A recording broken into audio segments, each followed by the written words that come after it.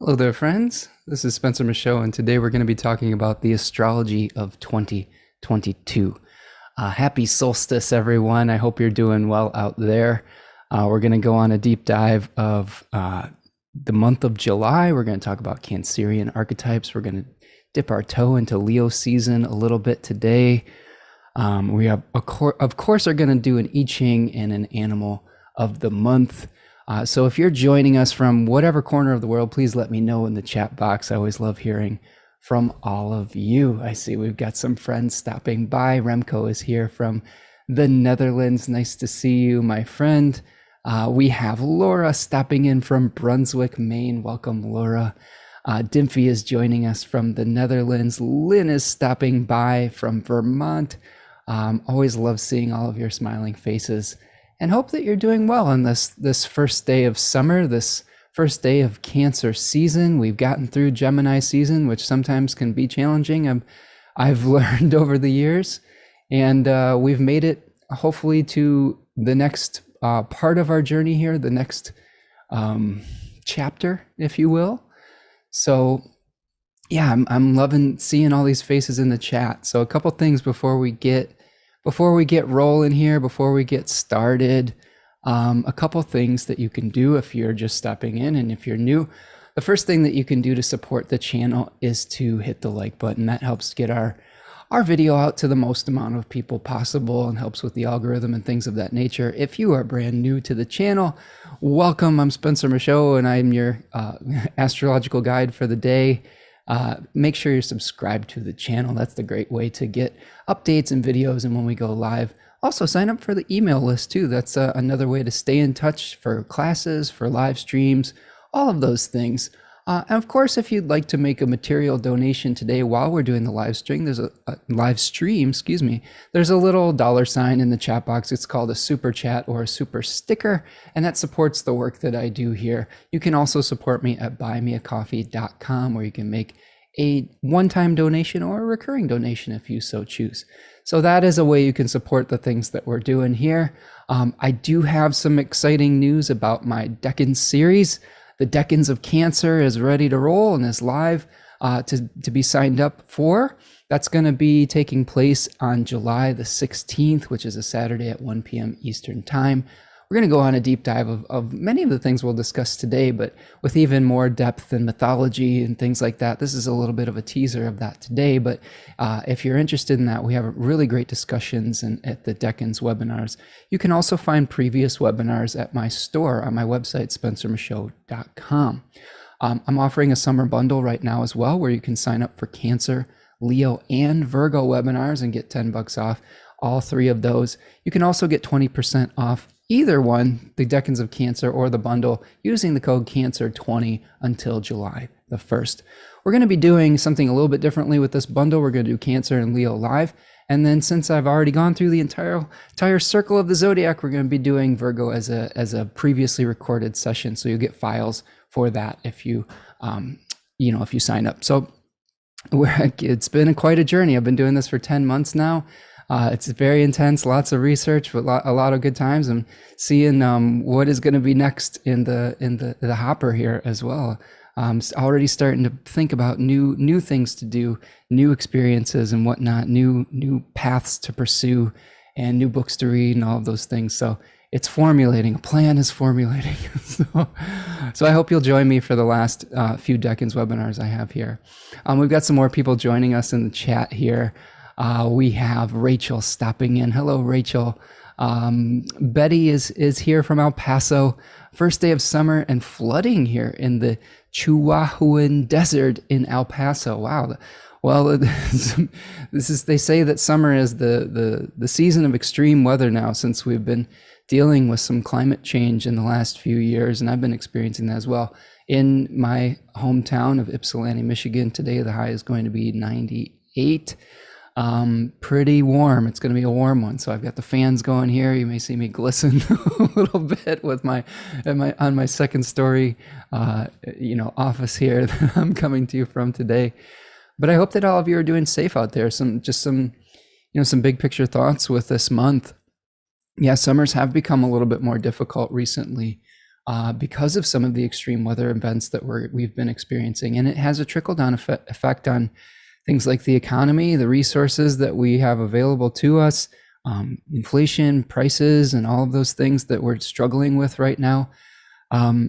So it's great to be vigilant and to take good care of yourself and be aware that some of these challenges may be around, and practice some good habits of preparation, maybe even emergency preparation, things like that. And maybe tightening the belt a little bit financially if you need some extra help if things go sideways, like a crab, right? Moving sideways, backwards, forwards. You may have to take 1 or 2 steps backwards before you go forward once again. And that's okay. That's how life is. Sometimes it's not always a linear path. And I think that's something to remember in this season. Faye is joining us. Hello, Faye. Portia, Urania Universe is here.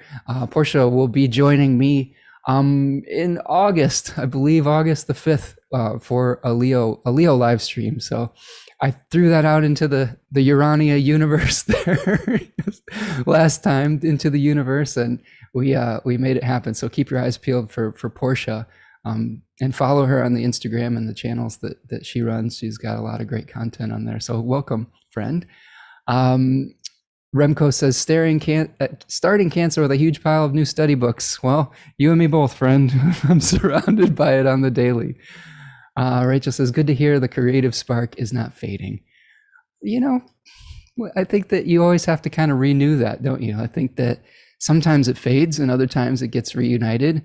And if you're feeling a little bit of the spark fading, you just have to wait a little bit, lean into the frustration, the boredom, the whatever, and things will change, and eventually, hopefully, that passion will come back and be sparked again. It's you know, I go through those phases just like everyone else, and it's okay to go through those cyclical types of enthusiasms. Let's see. Rachel says, you need to move to Ireland, a balmy 60 degrees Fahrenheit, 16 degrees Celsius. You know, I'll take it. I actually enjoy those temperatures much more than I enjoy the 90 and above temperatures. I spent some time at one of the Great Lakes yesterday, a Lake Erie, which is not that far away from my house, and you could see that I'm clear, mostly clear skin. So I got some color yesterday, a little bit too much. I was feeling a little sunsick yesterday when I got home. I had to be real careful of that. But it was nice to get out to a natural space. We had a nice walk around this nice boardwalk that was in kind of almost like a swampy area with lots of wildlife, like lots of birds, warblers, egrets, sea snakes, or lake snakes, water snakes. It was really neat to see all these animals and just to have, you know, feed the brain with new input. And I think that's the way to break out of some of our old ruts and habits and get that passion that you were talking about, is just to shake up our environment every once in a while. So that was a nice little trip. Okay. All right, friends, thank you so much for dropping in and for leaving me a comment here in the chat box. If you're watching this after the fact or listening, leave me a comment on the channel as well. Always love hearing from you after the fact, and I try to respond as well as I can to those comments as well. Devin is here. Devin is giving me the little happy solstice mushroom symbol, a fellow forager. Hello, Devin. Welcome, friend. Nice to see you as well. All right. Well, thank you all for stopping by, all your nice comments. That's it for today. No, just kidding. We're going to go on a journey today. So a few things, some big picture thoughts. Here's what I would like to do first. I'm going to talk a little bit about each of the decans, just give you a little preview of Cancer 2, Cancer 3, and Leo 1 today. And we're going to kind of break down our transits that we're going to talk about into those sections, painting on those canvases of the decans. I'm going to give you some of the dates of the lunations and the ingresses, the full and the new moons, the quarter moons, and whenever a planet's going to be moving into a new sign. We'll talk a little bit about the solar phases of planets, where we see Mercury moving in and out of the beams, connecting with the sun, Jupiter stationing retrograde, and all these good things. And then I'll talk a little bit about out of bounds planets. We do have Mercury moving out of bounds this month, so we'll break that down. We'll talk a little bit about the buffalo, which is our animal of the month, and the hexagram number 51, which is shock. moving to hexagram number 24, which is about the return after the shock, potentially. So it'll be an interesting month. There's a lot of heavy astrology. I wanted to make one more announcement. I joined my good friend Melissa LaFara recently on her channel, Energetic Principles. Check it out. She has a really great podcast with a lot of great guests there. And I broke down Cancer season in particular in depth. So it was a Capricorn moon day. I was feeling a little heavy that day. So forgive me for some of my overly vigilant thoughts there. We had a tornado scare here at my house the other day, and it really kind of shocked me into an awareness of some of the vulnerabilities that we may have just in our own emergency planning and things like that. And I was still, when we recorded that, I think I was still recovering from just feeling a little bit unsafe from having a really serious weather event come within 5 to 10 miles of my house. Thankfully, 70-mile-an-hour winds went about 5 miles south of my house, but a good friend of mine's neighbor, their house was struck by lightning and completely burned to the ground. So just feeling some very subjective, challenging feelings around some of the extreme weather events that we're experiencing lately as a collective. And it made me really want to kind of sound the alarm about, really starting to take these issues seriously if we haven't already. I mean, we're going to have to make some big changes personally, but also collectively, if we're going to minimize some of the damage that is done by these things. A lot of it is already in full swing, and it's difficult to change every outcome right now. But I do think there's some things that we can do to be prepared for the changing circumstances we find ourselves in, and hopefully to start to return some of the natural forces back to equilibrium. I do think we have a hand in that, but also we need to be humble and have humility in the face of nature as well, and work with it rather than against it or try to overpower it. And I think that that's a really important mindset to start this month out with. We've got some really generous donations here. Thank you so much. Trip Wilder the First, thank you for your super sticker. You are awesome. Thank you, friend. Fion, thank you for your donation. Thank you so much. And a couple other friends joining us today. Tarja is joining us from Finland, I believe. Nice to see you as well.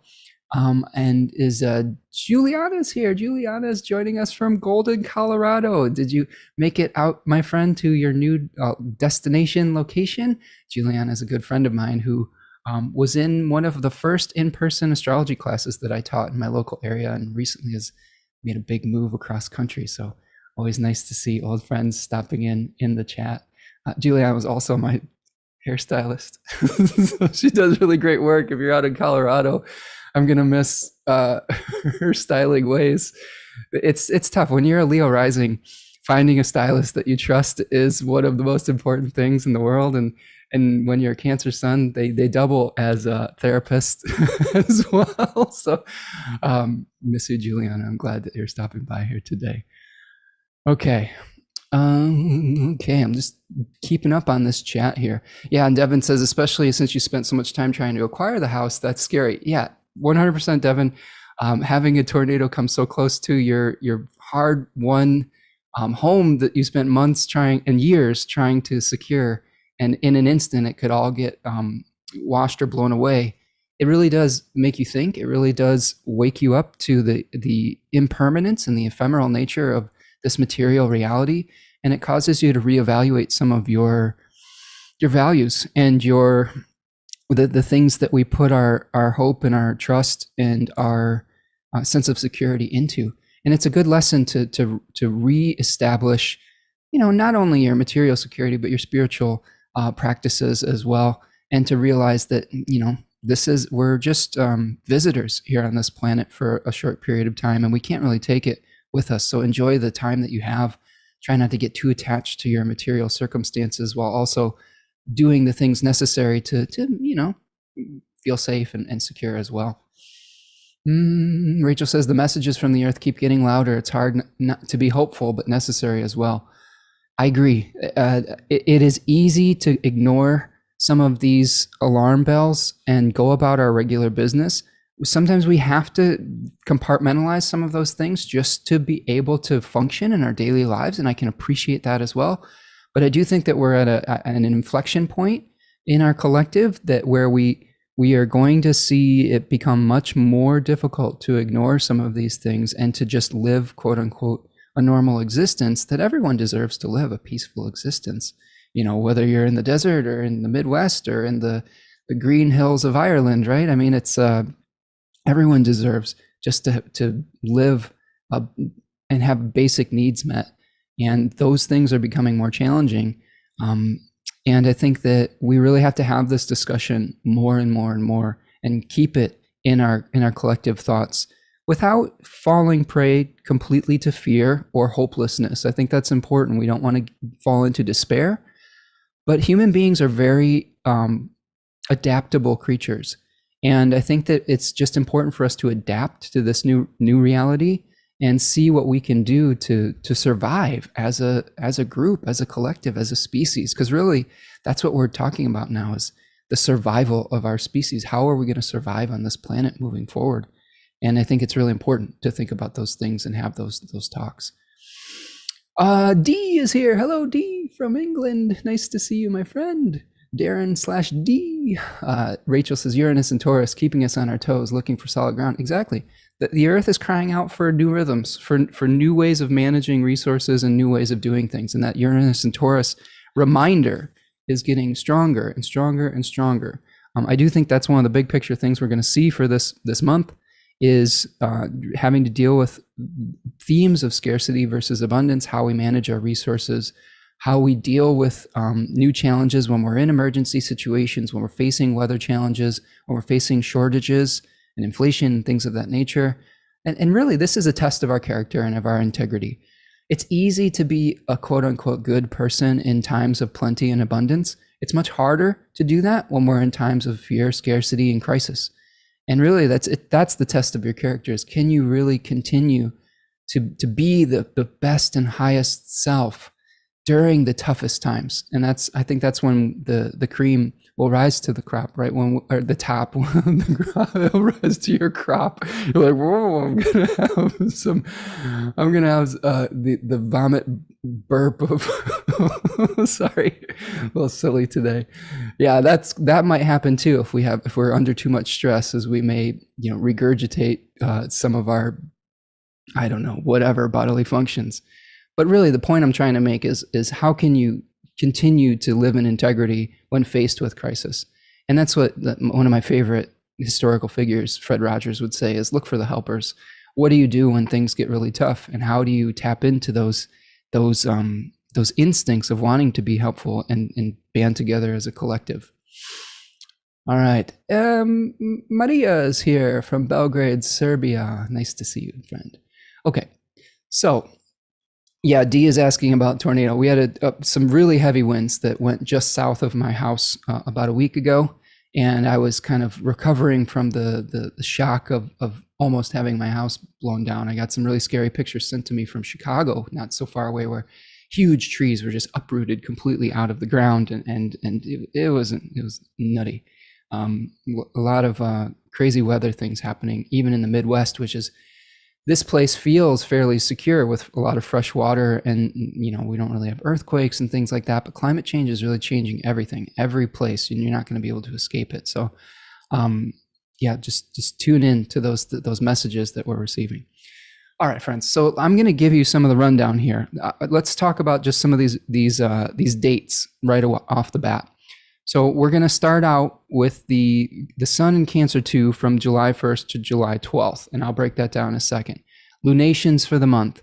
First quarter moon we're going to experience on the 6th of July at 14 degrees of Libra, a square where we're kind of reevaluating how we're bringing something into fruition. And we're starting the month off with a Mars-Pluto square that I'll break down in a second. We're coming off of the new moon in Cancer at 7 degrees of Cancer on a fixed star. What is this fixed star? I believe that fixed star is Mirzum, the announcer.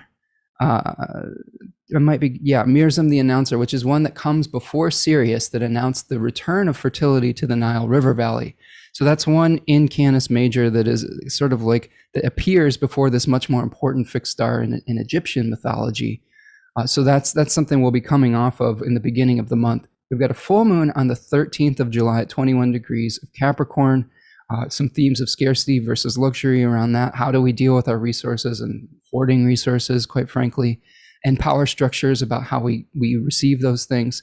We have a last quarter moon on the 20th of July at 27 degrees of Aries, respectively, a square between the sun and the moon, where we're, that's the kind of the existential crisis where we're trying to figure out how we're going to move forward and release some of the old emotions, challenges, thoughts of the old lunar cycle to prepare us for the new moon that's happening on the 28th of July at 5 degrees of Leo.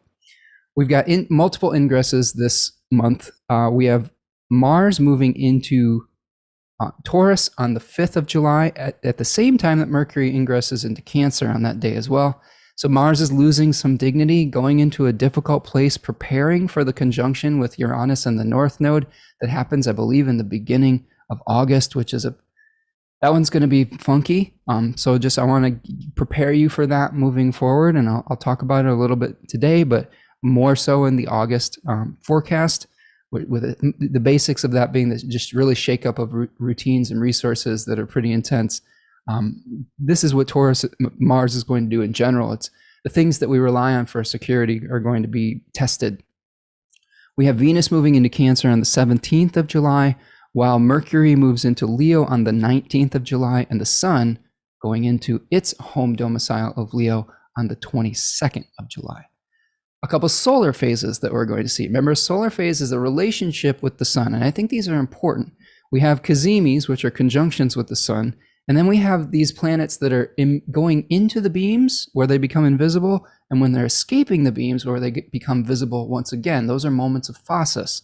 And Robert Schmidt talks about those moments speaking a little bit louder than potentially some other things in the sky. So we have Mercury moving under the Sun's beams to become invisible in direct motion on the 3rd of July at 26 degrees of Gemini. That's called the morning set. So this is Mercury bringing a message from Olympus, you could say in this case. If it was retrograde, it might be going down into the underworld to the land of the dead to bring us something from that deeply buried space. Here we may be receiving some kind of message from the heavens, right? And bringing it back to our own, consciousness with that conjunction with the Sun. Now that cazimi, that conjunction with the Sun, is happening on July the 16th, the date of my Cancer webinar, Decans of Cancer. I pushed it back 1 week to make it on the cazimi because I thought that was an auspicious date. That'll be happening at 24 degrees of Cancer on the 16th. So that'll be a renewal of some of our mercurial thought processes. And then the 28th of July, we have Jupiter stationing retrograde at 8 degrees of Aries, reviewing some of our values on how we're creating personal sovereignty and independence. Those themes will come up. I'll talk about that as well.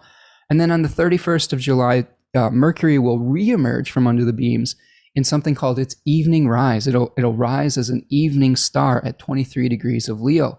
So whatever messages we receive from the heavens, we'll be able to bring them into our lives and communicate them to the world after that time period. A couple other things I want to keep you abreast of is the out of bounds periods. Now, most of the time we have the moon moving out of bounds a couple times a month.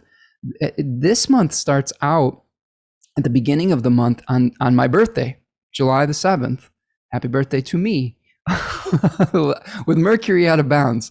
So you might see my solar return chart may have this crazy Mercury in it where it's outside of the path of the Sun, and it's not necessarily following the normal rules. So to me, for me personally, that might mean doing something unconventional in regards to my 11th and 2nd house, with regards to groups, how I support myself, all of those things. So, but for the collective as well. So Mercury, we may be communicating in a way that is kind of outside the normal circumstances between July 7th and July the 12th with Mercury out of bounds. Just be careful with the way that you talk to people too. This can lead to arguments sometimes. It can lead to just being very fickle and moving fast and maybe not taking our time also. So things to think about with Mercury out of bounds. The moon will be out of bounds from July the 10th to July the 14th and from July the 23rd to July the 28th. Those periods of time, emotions may feel out of whack. We may feel extremes of emotions. Our bodies may be doing things that we don't normally experience.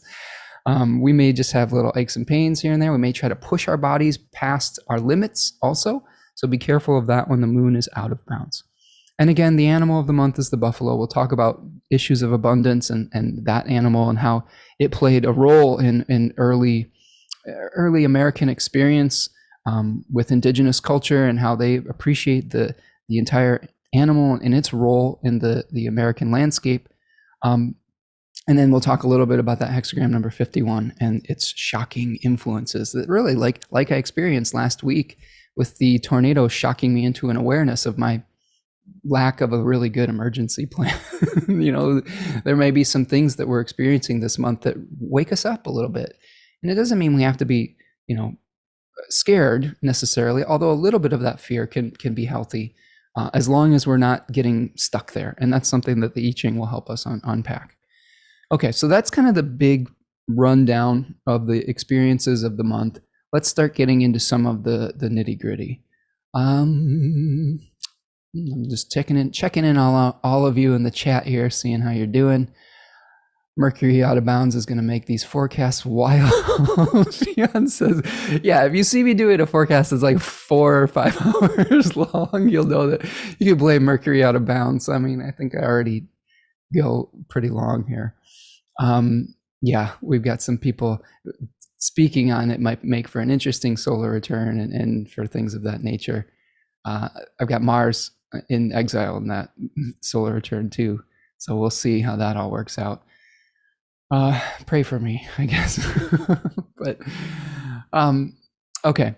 Yes, Betty, my birthday is 7/7, 1980. I'm dating myself, but that's okay. And yours is the 4/4, so that's I love the double digits here, the repeating numbers. It's nice. 7 being a number of wisdom, but the wealth that comes through more through spiritual internal wealth that's not necessarily material wealth. It's really also that number 7 is about solitude and about being able to quiet the mind and quiet your circumstances so you can hear the voice of the divine. And that's something that I try to do quite a bit. I really need a lot of that personal space and solitude to do a lot of the work that I do here. These moments are really nice participating with you, but for the most part, I'm a Cancerian 12th house hermit. But you need that sometimes if you want to really hear clearly, and it's easy to get distracted. Rachel's asking how long the out of bounds Mercury will last. That's going to be from July 7th to July the 12th. So, roughly 5 days or so. So it's not a huge period of time, but again, it's nice to be aware of it. If you have all these ideas coming from strange places, you can blame Mercury out of bounds. It's not all a bad thing. Sometimes when we have ideas that are out of the ordinary, it can shake us out of crystallized thought patterns, and that's something that will help us to move forward in our life and break out of our routines that aren't serving us anymore. So yeah, there's a plan and for everything. And I don't think any astrology is to be feared. I think it's to be respected. And I think that when we respect it and we find humility with it and modesty with it. Remember I talked about modesty. I believe I read a quote. I don't know if this was on this channel or on a different interview that I recently did, but I talked about, I want to read this here just again, because I feel like it's important. This is from hexagram number 15 in the I-Ching from Jack M. Balkin's Laws of Change. And this is really important, I think, moving forward, especially when we talk about astrology in general. And I quote, "Modesty does not mean submissiveness or passivity. A modest person may be quite active in the world, working steadily and unobtrusively, making commitments and living up to them. The text says that a modest person carries things through to their conclusion. Why is this attitude modest? It is because modest people do not think that they are more important than the work that they perform or the commitments that they have made to others. Therefore, they are consistent and reliable. Modest people do not regard anything that they must do as beneath them. Therefore, their pride does not get in the way of their success. They put their work, their obligations, and their commitments before their egos. That is why they are able to prevail in the long run." I love this quote, and I pulled it out specifically because it's something that it was a value that I had in my music and now in my astrology. Is this channel isn't about Spencer Michaud. It's about the work, and my webinars are about the work. My music was about the song, and I think that when we lose track of that, that's when we can really get off path. So that's something to remember when you're studying astrology or doing anything in your life is make the work more important than your ego, and that will lead you to success in the long run. Okay, so little learning, little quoted learning aside, little life lessons with Spencer aside here. Oh boy, I can't shut off the maternal, the maternalness. There was a there's a quote that I have for Cancer too. Let's talk about Cancer too. This is the Three of Cups energy that we're experiencing at the beginning of the month, the second decan of Cancer. We had the first decan of Cancer with the Two of Cups, where we talked about unions, like partnerships, nurturing relationships, and then we are creating abundance. Okay, through that second decan of Cancer, and this is where my sun is. So I identify with this Three of Cups energy. Austin Coppock calls it the walled garden. I wanted to say I had a dream about talking to Austin Coppock last night, and I started in the dream being like, Austin Coppock says, and I'm like, oh wait, you're Austin Coppock. So I had this weird conversation with him in the dream where I was like quoting him to him, which is often like I don't know, maybe it's a fear I have of like, over quoting somebody, but I thought that was kind of amusing that my subconscious was like, oh yeah. Like, I hope he appreciates that I'm adding something to the conversation here, but he calls it the walled garden, which I think is a great name for it, because this decan talks a lot about, from a lot of different sources, protecting something, nurturing it into fruition. I wrote down in my notes, instead of a malefic enclosure that we would say with the enclosure of Saturn and Mars, I'm calling this decan maternal enclosure, right? Where it's like we're trying to protect something from the ravages of the outside world. We're trying to protect something so that this vulnerable thing that we've chosen to nurture to fruition. This is the transition that we go through from last decan of Gemini to Cancer. Is we had to make a choice. We had to let go of those other imagined pathways and choose something that we're going to bring to full form.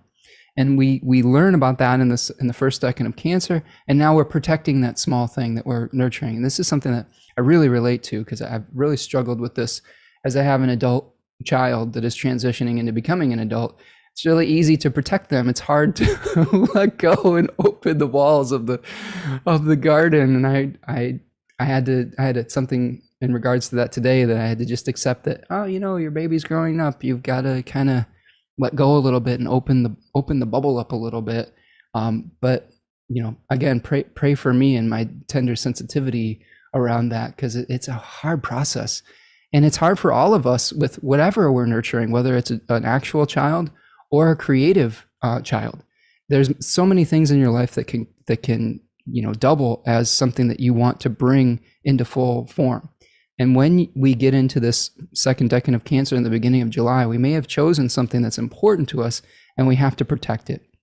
T. Susan Chang calls this decan seize the day, where it's carpe diem, celebrate, with the people that you care about, within reason, in these times of having to think about how to utilize your resources. I got a little color today because I took a little day trip to a lake, because I hadn't really been out of the house in a long time. And I made a compromise, because gas is really expensive, and we could have gone on a longer trip that was farther away. But after crunching the numbers, we said, you know what? We really can't afford this right now. We just, we got a lot of things going on with this house. And we made a decision to delay gratification and to pare something down to a smaller trip. We still had the experience, but it didn't have to be this big grandiose thing. And I think that's another thing that you can do during these times, is pare something down to something manageable, that is in supportive of balance and temperance in your budget, rather than having to make this big extravagant display. The book T and the book of Thoth call this decan abundance. So it is a fertile time that we're starting the month off in. related to things like relaxation, mirth, enjoyment. They talk about the fruits swelling on the trees where things are ripening, and we have to protect that ripening fruit. T. Susan Chang, in particular, talks a lot about this decan and the Three of Cups in regards to gratitude, and as an antidote to a lot of the fives in the tarot, to the Sephira Gavura or Gabura. Some people pronounce it differently. I'm not sure exactly the correct pronunciation, but sometimes when we're feeling a sense of lack and limitation that the fives represent, returning to gratitude for what we have, it can really make all the difference. Even though it wasn't a long, fancy vacation, I did feel refreshed going to a new place, creating new neural pathways, spending some quality time with my family near water and new sights and sounds, seeing all these animals and things like that. And it was refreshing, and it was something to be grateful for. And if we can kind of make that mind shift set, or that mindset shift during this period of time, it can make all the difference. This is a Mercury ruled decan, which Mercury is the planet that quickens life. This is something that I was reading about, quickening life within the womb. All right, we have something we're nurturing to fruition right now, and Mercury is speeding up that alchemical process and helping all the cells divide and helping it, the limbs to grow in our project, whatever it is, or something like that. And it's all kind of, all the conditions are ripe for growth around this period of time. So anything that makes you feel safe spaces, your nest, wombs, cradles, incubations, all of those things are themes of this decan. We see on this card the three graces, believe that they're peace. Irene was peace.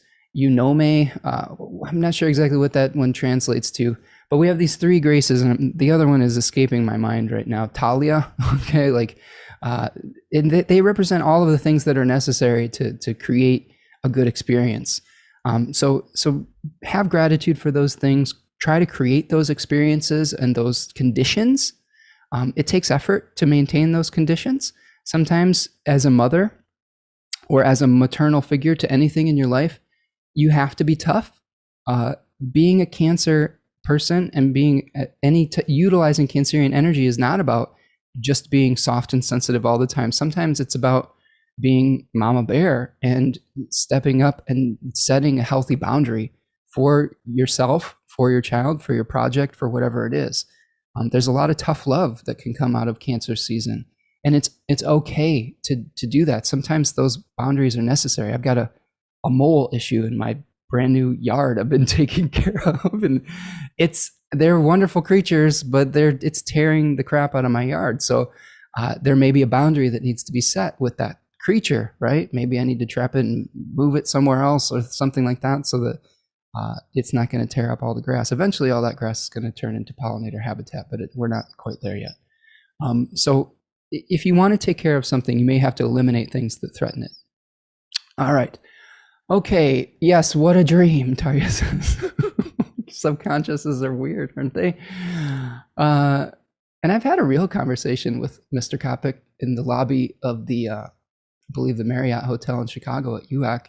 Very interesting fellow. I really respect his work and just a really big fan. And I've been nervous about maybe even asking him to come on this show, maybe not feeling worthy, sort of like Wayne's World, like we're not really, it'd be like Alice meeting Alice Cooper or like Wayne's World meeting Alice Cooper. But maybe someday he will hear this, and if I ask him, he'll come on the show or something like that. We'll see. Dimfy says, all my happy and abundance experiences are nowadays around the house, on the walks with the dog, or on my small allotment. For example, last week I spotted a Caliburi butterfly in my garden. That's a great point, Dimfy. And I feel the same way. The trip that I went on was good, but it also was made me appreciate my home and realizing that I don't have to go to all these exotic locations to feel at peace and to find novelty. As a young person, I wanted to travel everywhere. I was under a Jupiter not annual perfection, but Lord 1 of my zodiacal releasing was Jupiter. And I had this dream. I wanted to travel all over the place. I wanted to visit every national park. That was one of my goals, was to visit every national park and see everything. And when my Time Lord switched over to Saturn at age about 34, for the rest of my life now, pretty much, my whole vibe shifted, and that became less attractive, and mastery and seeking knowledge and wisdom became more important to me than having to physically go every place. And there are lots of things that you can find just right in your backyard. That's the thing, is take some time out of your day just to examine a little handful of soil. Like all the universes that are present there are incredible. And it's all a matter of perspective and scale. Scale is very relative in these universes. So yeah, I agree, Dimfy. Finding beauty in those little everyday experiences is reflective of the moon that rules Cancer as well, those everyday short journeys. And the moon exalts, or has its joy, more so that its joy in the third house. It's really the place of those short rituals, those short journeys, those everyday rituals that we perform. Rachel says, really does. I have little energy and less money at the moment, which can make summer feel hard, but I still find ways to connect with the energy of the time of year. There's so much close at hand, and truly appreciate the nourishment I can find. Exactly. And things like social media can make us feel less than, because we see everybody, quote unquote, living their best life, going to exotic locations. And a lot of that is just illusion. I mean, this is something I talked about with my partner, who's also a Taurus moon and a 12th house sun. Sometimes these big trips are not the relaxing things that they seem to be. They're more work. And there's anxiety with leaving your space. And there's a reason why in Hellenistic astrology or traditional astrology, being away from home was dangerous, and was something that, when you're in a foreign land, it's a place of detriment, right? So I just heed my Cancerian subjective experience here, though. Like, I think that everybody has different thresholds for what makes them feel comfortable and supported. But there is a grace in appreciating your own backyard. We've got people commenting on their lovely backyards. Robin Ness, Raven says, just realized I was living my second deccan Cancer sun and caring for my wall garden. Yay, Raven! Yeah, and one thing Austin says about that sun placement, it's like a hothouse flower. Like, we can thrive in a certain environment. When we get thrust out of that environment, we're just like very vulnerable. And I've experienced this too, with our sensitivity.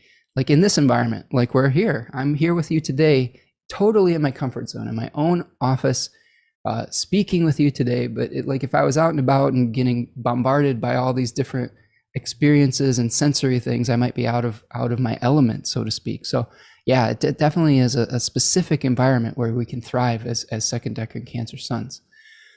Rachel says, mole-proofing fence. Yes, that's what I need. More responsibility. Exactly. Carly is here. Hello, Carly. Nice to see you, friend. Rachel says, our small worlds can be infinite. Absolutely. See? All right. Yes, we've got all sorts of gardeners. Rachel is grateful not to have to go into airports right now. I know. Those are I feel like the most dangerous spots.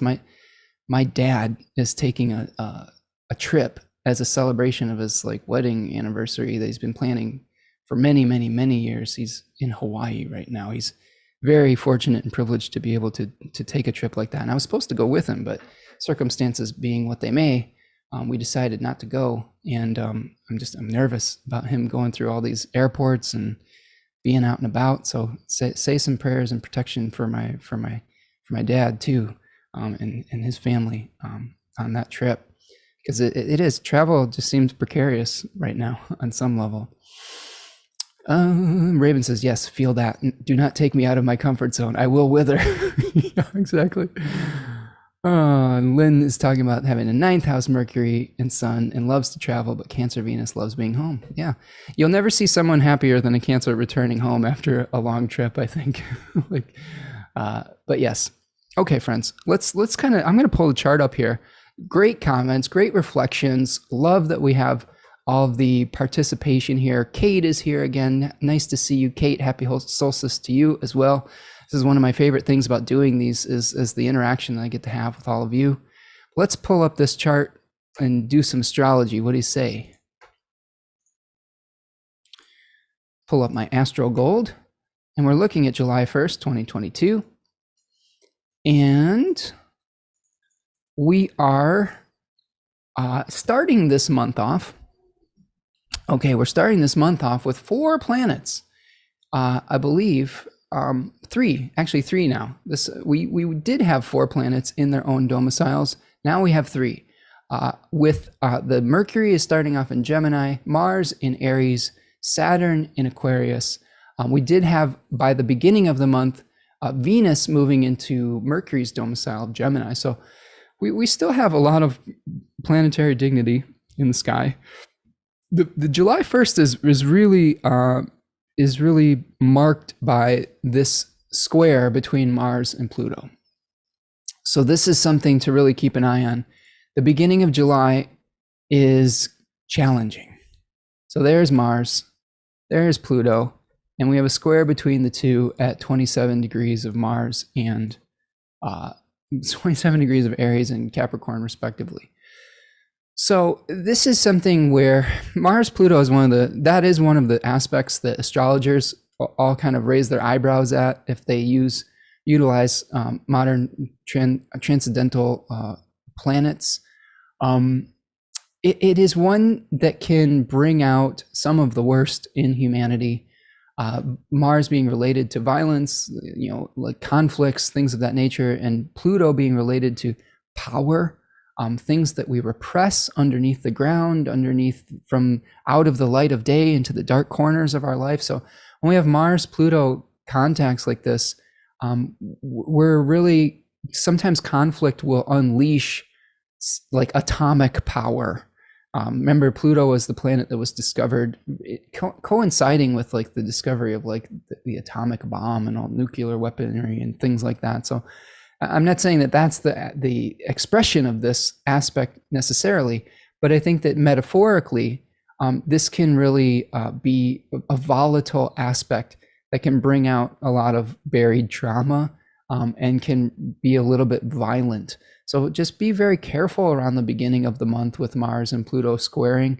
Mars is in the 3rd decan of Aries, which is really related to trying to gain a following through our charisma. We've established who we are and what our sovereign state is. And in the 3rd decan, we're trying to consecrate it and celebrate it and gather support. And this may be, we're working a little bit too hard to gain a following and to gain approval for what we're doing. And we may resort to methods that are maybe manipulative or things of that nature. This may also be coming through people in power, like the 3rd decan of Capricorn is related to power structures, government, how we hoard resources. So there may be some abuses in those areas of our collective as well that may be revealed. Abuses of power that maybe turn violent, or where people are trying to win over a crowd that may not agree with them, and maybe through means that are a bit nefarious. I'm just thinking of like a politician that's on his soapbox just spouting off nonsense, trying to get people over to their side, even though their side is really corrupt. And I'll let you fill in the blanks there, but that's kind of the thing that pops up to me with this. Let's see. So this is temporary, though. The notes I wrote down for this are volcanic catharsis, struggle, and aggression. There's a really great book where you can see all these aspects kind of play out. Really great writing on it is The Archetypal Universe by Ren Butler. I reference that one quite a bit with some of my transit work. I really recommend picking that book up. As we move forward to the 2nd, let's move on from this day. We are going to see Mercury making a couple of aspects on the 2nd of July. So you can see Mercury is hanging out at 25 degrees of Gemini, and it is going to be both squaring Neptune and making a trine to Saturn. So it'll make the trine to Saturn first earlier in the day, and then it'll square Neptune. So we may have some sober conversations that we need to have after the explosive, cathartic, volcanic event of the previous day, where we need to make a choice. Mercury is moving through that 3rd decan of Gemini, where a choice needs to be made. All the spinning plates can't be held up All the pathways can't be continued to be explored. We explored for a purpose, and now it's time to let go of some of them and infuse what is most important with life. So that can lead to some really sober conversations that require us to untie and unravel some old intellectual narratives, which are represented by that third decan of Aquarius, and Saturn is requiring that for us. As Mercury will transfer that light, I guess you could call it, from Saturn to Neptune, it may lead to a little feeling of overwhelm, a little feeling of hopelessness, of illusion. We have to make sure that what we decided is based on reality and not based on what we wish to be true, which could be a real challenge with a square between Mercury and Neptune.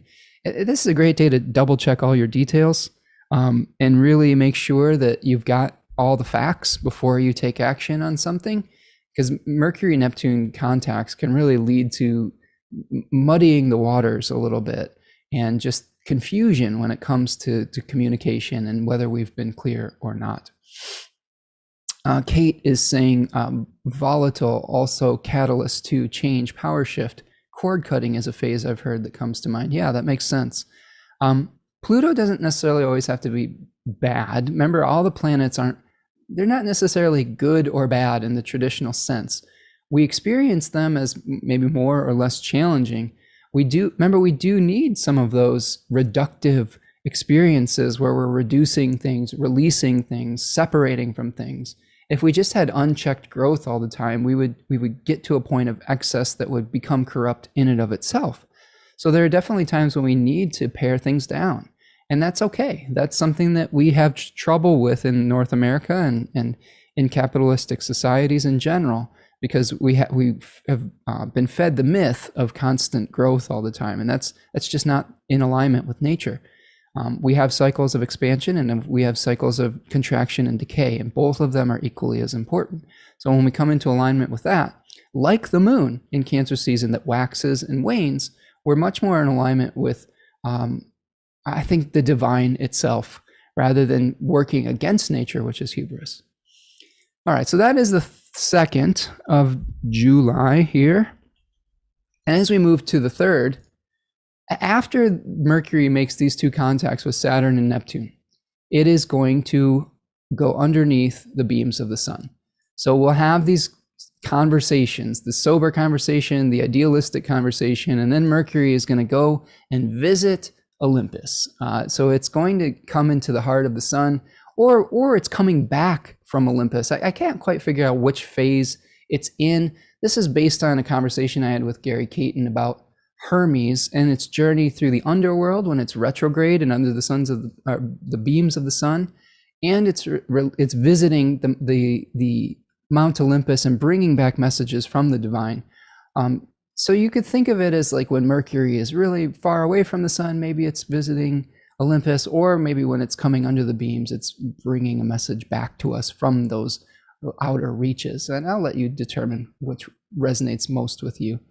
But the point being is that Mercury is going to become invisible. And a lot of the things, the conversations, we're going to be having to do them behind the scenes. Mercury is moving very fast when it is direct and coming into conjunction with the sun. It moves very slow when it's retrograde and making its inferior cazimi conjunction. But it's screaming fast right now when it's coming very close to the sun. So messages and ideas may be coming to us from all corners of the earth, and also of the more ephemeral areas as well. So try to be open-minded with this aspect happening and surrender to it on some level as well. So that's happening on the 3rd. You may see some action in the Gemini area of your chart, a moment that's speaking that causes you maybe to go internal and to try to connect with your higher self. Those sober conversations may necessitate inner journeying a little bit to find out what your truth actually is. Remember, Hermes and Mercury is a planet that questions. It casts doubt on things. And sometimes when we have experiences of doubt, we have to explore a little bit. And that might be what we experience here. Okay.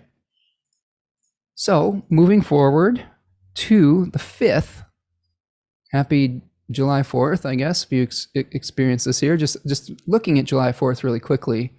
I want to give you just a heads up, and I talked about this with Melissa LaFara in our Cancer season thing. Mars is going to be at it's what's called its anaretic degree of Aries, with the last degree before it changes signs and loses dignity. And it's coming off of a challenging aspect with Pluto. Mars is going to be super spicy around this July 4th. And so all the precautions about like fireworks, about barbecue grills, you need to take extra cautions with these things. This is something where it's really important not to get distracted from what you're doing and to be completely present if you are dealing with fire of any sort, because it could be very easy to have an accident and to get burned and to have it be a powerful negative event with Mars at its anaretic degree. So I would highly caution you to celebrate responsibly if you do that. And please also have respect for the pets and animals in your neighborhood as well that have no idea what the 4th of July is and are scared out of their wits when all of these things are going on. So I think it's okay to do a little bit of that, but just to have this whole, like an entire week of explosions is excessive in my opinion. And that's kind of my old man shaking my fist, get off my lawn, stop scaring my cats speech. But it's, man, around here in Michigan, it's just like a whole week of noise where the cats are just freaking out. So please be courteous of that. And be careful if you choose to have a celebration. So that's our 4th of July. July 5th, we have a big shift of energy on July 5th. We have two planets ingressing into new signs, changing signs. So there's going to be a huge shift in our personal lives, a huge shift in our collective. The first one being Mars moving into the first decan of Taurus. Now, we have Mars that was very powerful in Aries, in its home diurnal home sign of Aries for a period of time. And now Mars is losing what we call essential dignity. It's losing access to all of its own resources. It now has to play by Venus's rules. And it all has to use Venus's significations to express itself. That's more, I think that's more about the relationship between planets, is now instead of Mars just being a pure Mars of just utilizing its separating, severing, fighting instincts, now it's going to use the Taurus Venusian significations of stability, of material resources, of the rhythms that support us to express its volatility. So it really makes it difficult for Mars to feel comfortable expressing itself. Mars wants to speed things up. It says, I want it and I want it now. And Taurus says, slow down, buddy. Let's just take this at our own pace. So our energy the bottom may fall out of our energy levels around the 5th of July, where it may be harder for us to get up and go. We might have times of lethargy. We may have other times where Mars says, all right, I'm going to go and I can't stop. It's the problem of inertia with Mars in Taurus, the problem of pacing ourselves properly. So really important to learn to pace yourself with Mars in Taurus. This also may be where we really start to feel the pinch of inflation and of prices going up, because we may be separated from some of the good things that we enjoy from a sensory perspective. So a heads up with that. Let's see here. Yeah, Betty says, please no fireworks in any neighborhoods. I almost lost my dog one year. Oh, I'm sorry, Betty. That is traumatizing. Not only are they just annoying for hearing, they can be very dangerous. So yes, be very careful with those things. Dimphy is asking, would one say then Venus is the clay where Mars has to work with? Exactly. So this is something that I really like from Martine Hermes, another really great traditional astrologer, talking about the planet in the sign being sort of the potter, the action that it's taking, the verb, whereas the planet is the clay that it's working with, the noun, right? So in this case, Venus is providing Mars with significations. Now, when we start off Mars in Taurus, Venus is not able to witness its host. So that puts Mars in an even worse position because it can't access any of the resources that Venus would normally be providing. So this is a Mars that's just not super happy at the beginning of the month here. Rachel says, we had a dog, a farm dog, who ran 8 miles away in fear. Oh my goodness, 8 miles away. Yeah, this is a tradition that I don't completely understand. Fireworks are beautiful, and I use them in my advertising because they are spectacular and beautiful, but really, it's celebrating war. You know what I mean? It's just like, oh, the bombs in the sky. Yeah, that's what they're supposed to represent. And it's just like, I have mixed feelings about it. And I can get over it. I don't need to see fireworks. I guess maybe if it was contained to one evening in a safe space, not near my house, where I could go to it and then go home, that would be awesome. But it's usually that's not the case with Middle America here in the fireworks. Remco says, within half hour after Mars and Mercury ingresses, both from their anaretic degree, how do you see this Aries, Gemini to Taurus, Cancer shift? Yeah, I mean, Aries Mars was tasked with individuating. Like it's severing and separating action, was removing us from the collective to say, this is who I am. This is my individual expression. I'm separating from the mother on some level, right? The mother being the collective in many cases, to assert an individual identity. And that can be fast. That can feel like we're in conflict situations. And Mars becomes way less predictable in Taurus. It becomes a little bit more volatile. This is why traditional astrologers didn't like these malefics in exile or in places they weren't comfortable. At least a malefic in its home sign is predictable. When it's in a different sign like this, in like a benefics house, it's creating that tension in an area that we normally rely upon for support. You know, we can predict a conflict in certain situations when Mars is in Aries, but when Mars is in Taurus, it's starting to take away some of the things that we rely on for security and support. And I think that that's part of what's going on in the beginning of July, is some of the things we like, the food that we rely on, the baby formula that we rely on, with the shortages with that, like the peaceful weather that we rely on or take for granted sometimes. It's shaken up the routines. That may be something that we're dealing with Mars moving into Taurus. Now, with Mercury moving from Gemini into Cancer, because we're going to see that later in the day on the 5th, and then Mercury is going to make a sextile to Mars. So these two planets are going to be communicating right after they move into their new signs. Mercury is losing dignity once again. From Mercury, from Gemini to Cancer, where I look at where Mercury is about, it's two things. It's our mind. It's the way our rational mind works. It's our skills that we're trying to develop. It's the way we do commerce, the way that we communicate. It's also sacred doubt. It's also the questions that we're asking. It may throw something temporarily into question. So, you know, Mercury in Gemini is just exploring and questioning everything. It's like, oh, what's this? What do we call this? What about this path? When Mercury moves into Cancer, it's utilizing the resources of the moon. So we may be questioning how we are nurtured. We may be questioning how we receive maternal support.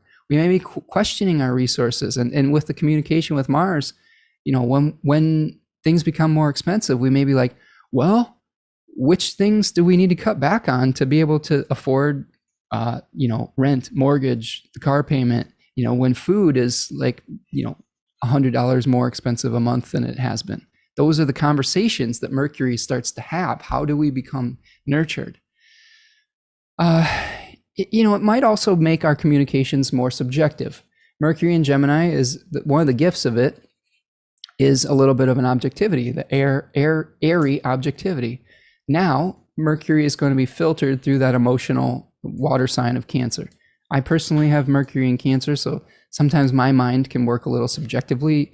If you watch my interview with with Melissa, my mind was in a very subjective state during that time period because I had just experienced a traumatic event, and it colored the way that I was expressing that evening.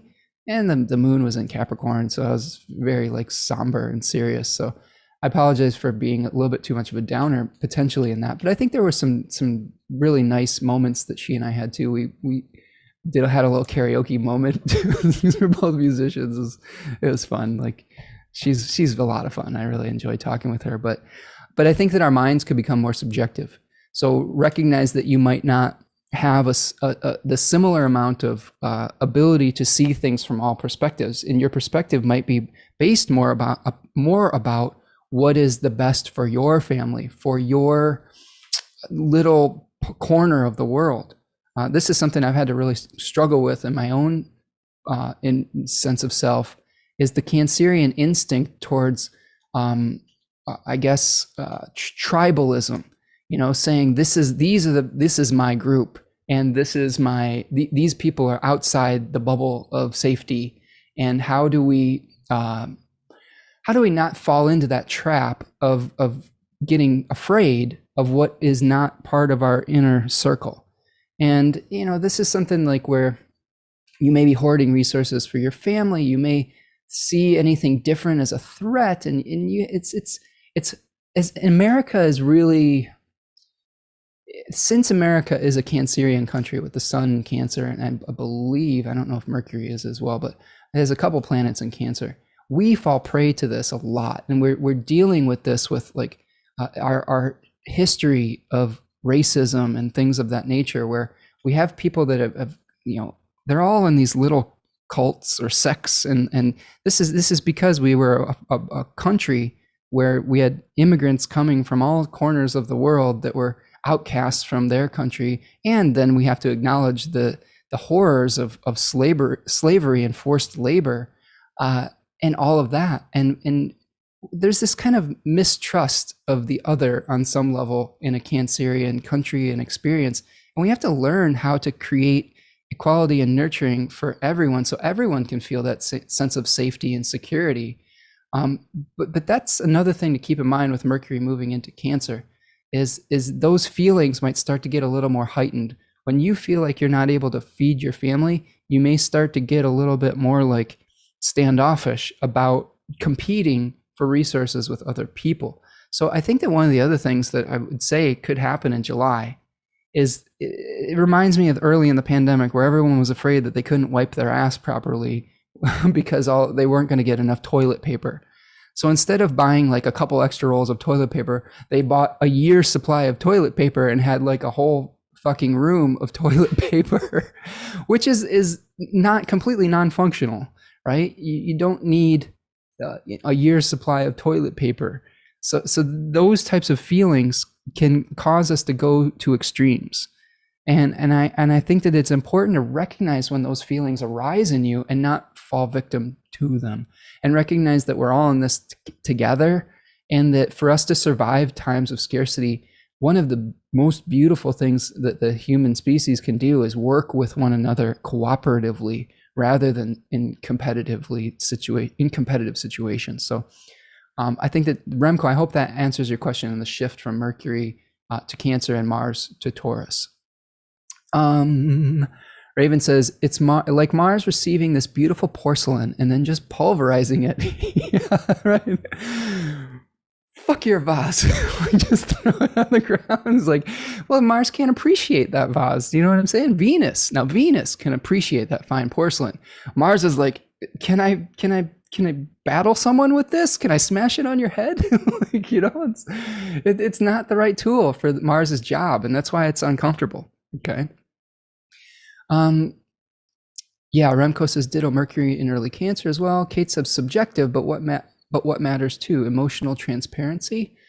Yeah, I do think that our communications will become more emotional, more trying to create unity. I think through our communications of trying to draw people in. The element of water is a solvent that tries to dissolve the boundaries that we have with each other. And that's true with the sun in Cancer too, as our communication may shift to be a little bit more inclusive and say, I want to draw you in. So that might be something we're experiencing also.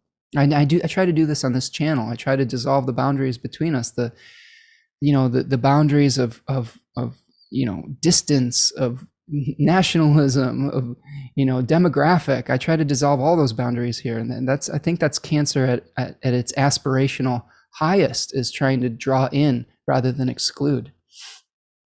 Okay.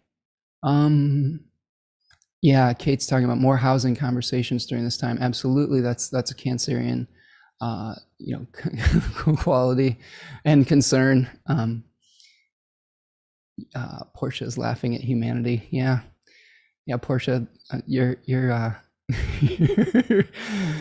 your Aquarius sun is probably having quite a laugh at all of this observation of all of our tendencies. I think sometimes it's easier to be outside of the, when you see how the game is played. I think that's something I relate to with my Aquarian South Node, is sometimes just getting disappointed and just when you see everything, it's hard not to get disappointed with humanity as a collective sometimes, and you have to work to be hopeful. I actually pulled the star card today, and it's trying to teach me to maintain hope and not fall prey just completely to fear. Raven says, I would like to take advantage of Venus and Mercury in Gemini and lean into some of the benefic energy of Venus and planning faculties of Mercury to prepare for upcoming Mars retrograde in Gemini that may be really rough before the emotional Mercury comes in. That's a good point, Raven. Take advantage of these last mercurial moments, because we are going to have a tough retrograde with Mars and Gemini, and they may relate to some of the themes that we're experiencing right now in the moment. Fionn says, oh, unify is a good Cancer word. Yeah, I think so.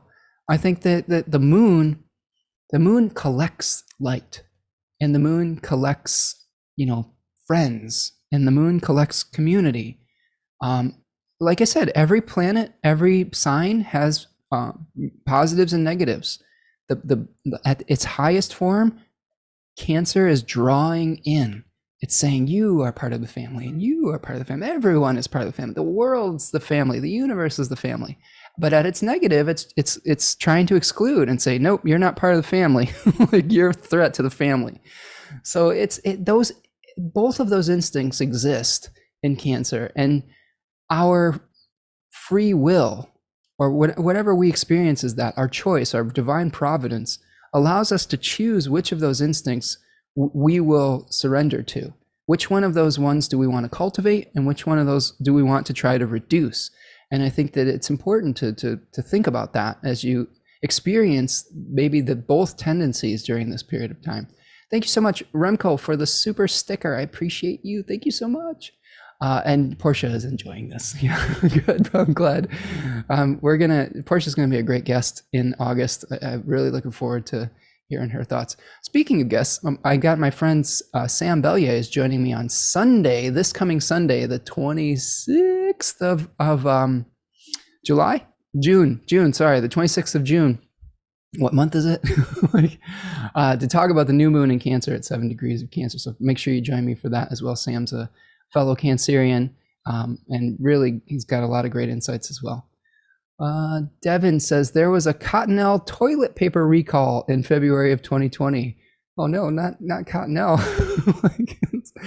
I happen to be, this is probably in the spoiler alert TMI information, but I happen to be a complete wuss when it comes to toilet paper. I am not a one-ply guy. Too sensitive. I tend to splurge on toilet paper. I've probably decimated a small forest with my toilet paper habits. And I apologize to the earth for that, and I try to make up for it in other ways.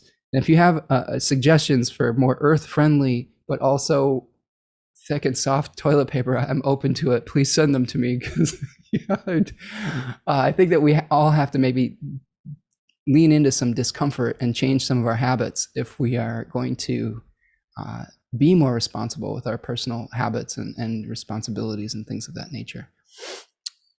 Yeah, Lynn is also relating to that South Node in Aquarius. Disappointment in humanity. It's a lifelong effort not to be overcome by cynicism. 100%, Lynn. It's something I struggle with daily. But again, I'm so grateful for all of your collective humanity. In addition to all the negativity we see on the news and the worst of human beings, here we have in these chats some of the best humans that are just, trying to aspire to their highest and best selves, and that is something to feel hopeful about as well. Is we're looking for the helpers, and I'm finding them here today. So thank you for being a part of this. All right, friends, let's keep going. What do you say? We've got the sextile between Mars and Mercury on that 5th day. Again, we may be communicating some of our emotional needs around this time. Remember, the moon's going to start moving, or Mercury is about to move out of bounds. Mercury is about to move out of bounds. And I'm seeing Tarya says, there's a toilet paper factory in my town. When are you coming, Spencer? You're funny. I would love to visit Finland, Tarya. And, if they give out free samples of soft toilet paper, I am there. You'll be speaking my language. That's what's, it's the little things that help us feel supported, right? Rachel says, I could also think it's Cancerian to recognize the vulnerability of actions which look at first right, a light, right, maybe a bit extreme, but come from a deep sense of fear inherent in human nature. Oh yeah, 100%. Cancer is a sign that has a very heightened sense of self-preservation, and some of that manifests in fear. You're speaking to someone who, over the course of a global pandemic, has barely left a 5-block radius in 2.5 years because of that healthy instinct towards self-preservation. The trip I took yesterday was probably the furthest field I've ventured in 2.5 years, and it was a 60-mile trip. It was outside, and it was a place where I could spread out and not feel like I was, crushed in with a bunch of people. But yes, think of the crab as a symbol. It's a shore creature. It has powerful, sensitive instincts because it's a prey animal. It's something that a lot of creatures like to eat. It has to be aware of on all angles, from birds to fish to land animals that want to eat it. So it's constantly taking an intuitive look around itself for any perceived threats.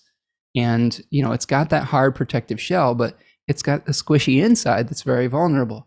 So yes, some of that is a Cancerian quality as well. And I'm not saying that the way that I've handled myself during the pandemic is the way that everyone needs to. It's just getting some insight into the mindset of what would lead to that type of behavior is important. And it's one day at a time, one day at a time. I also have a bunch of Virgo planets that make me extremely germ phobic and sick averse. I don't like being sick at all. So I'd rather just stay in my house, in my comfortable, castle here, which I have the privilege of having been able to do for the last 2 years. So I recognize that 100% as a privileged experience. So I don't take that for granted for 1 second.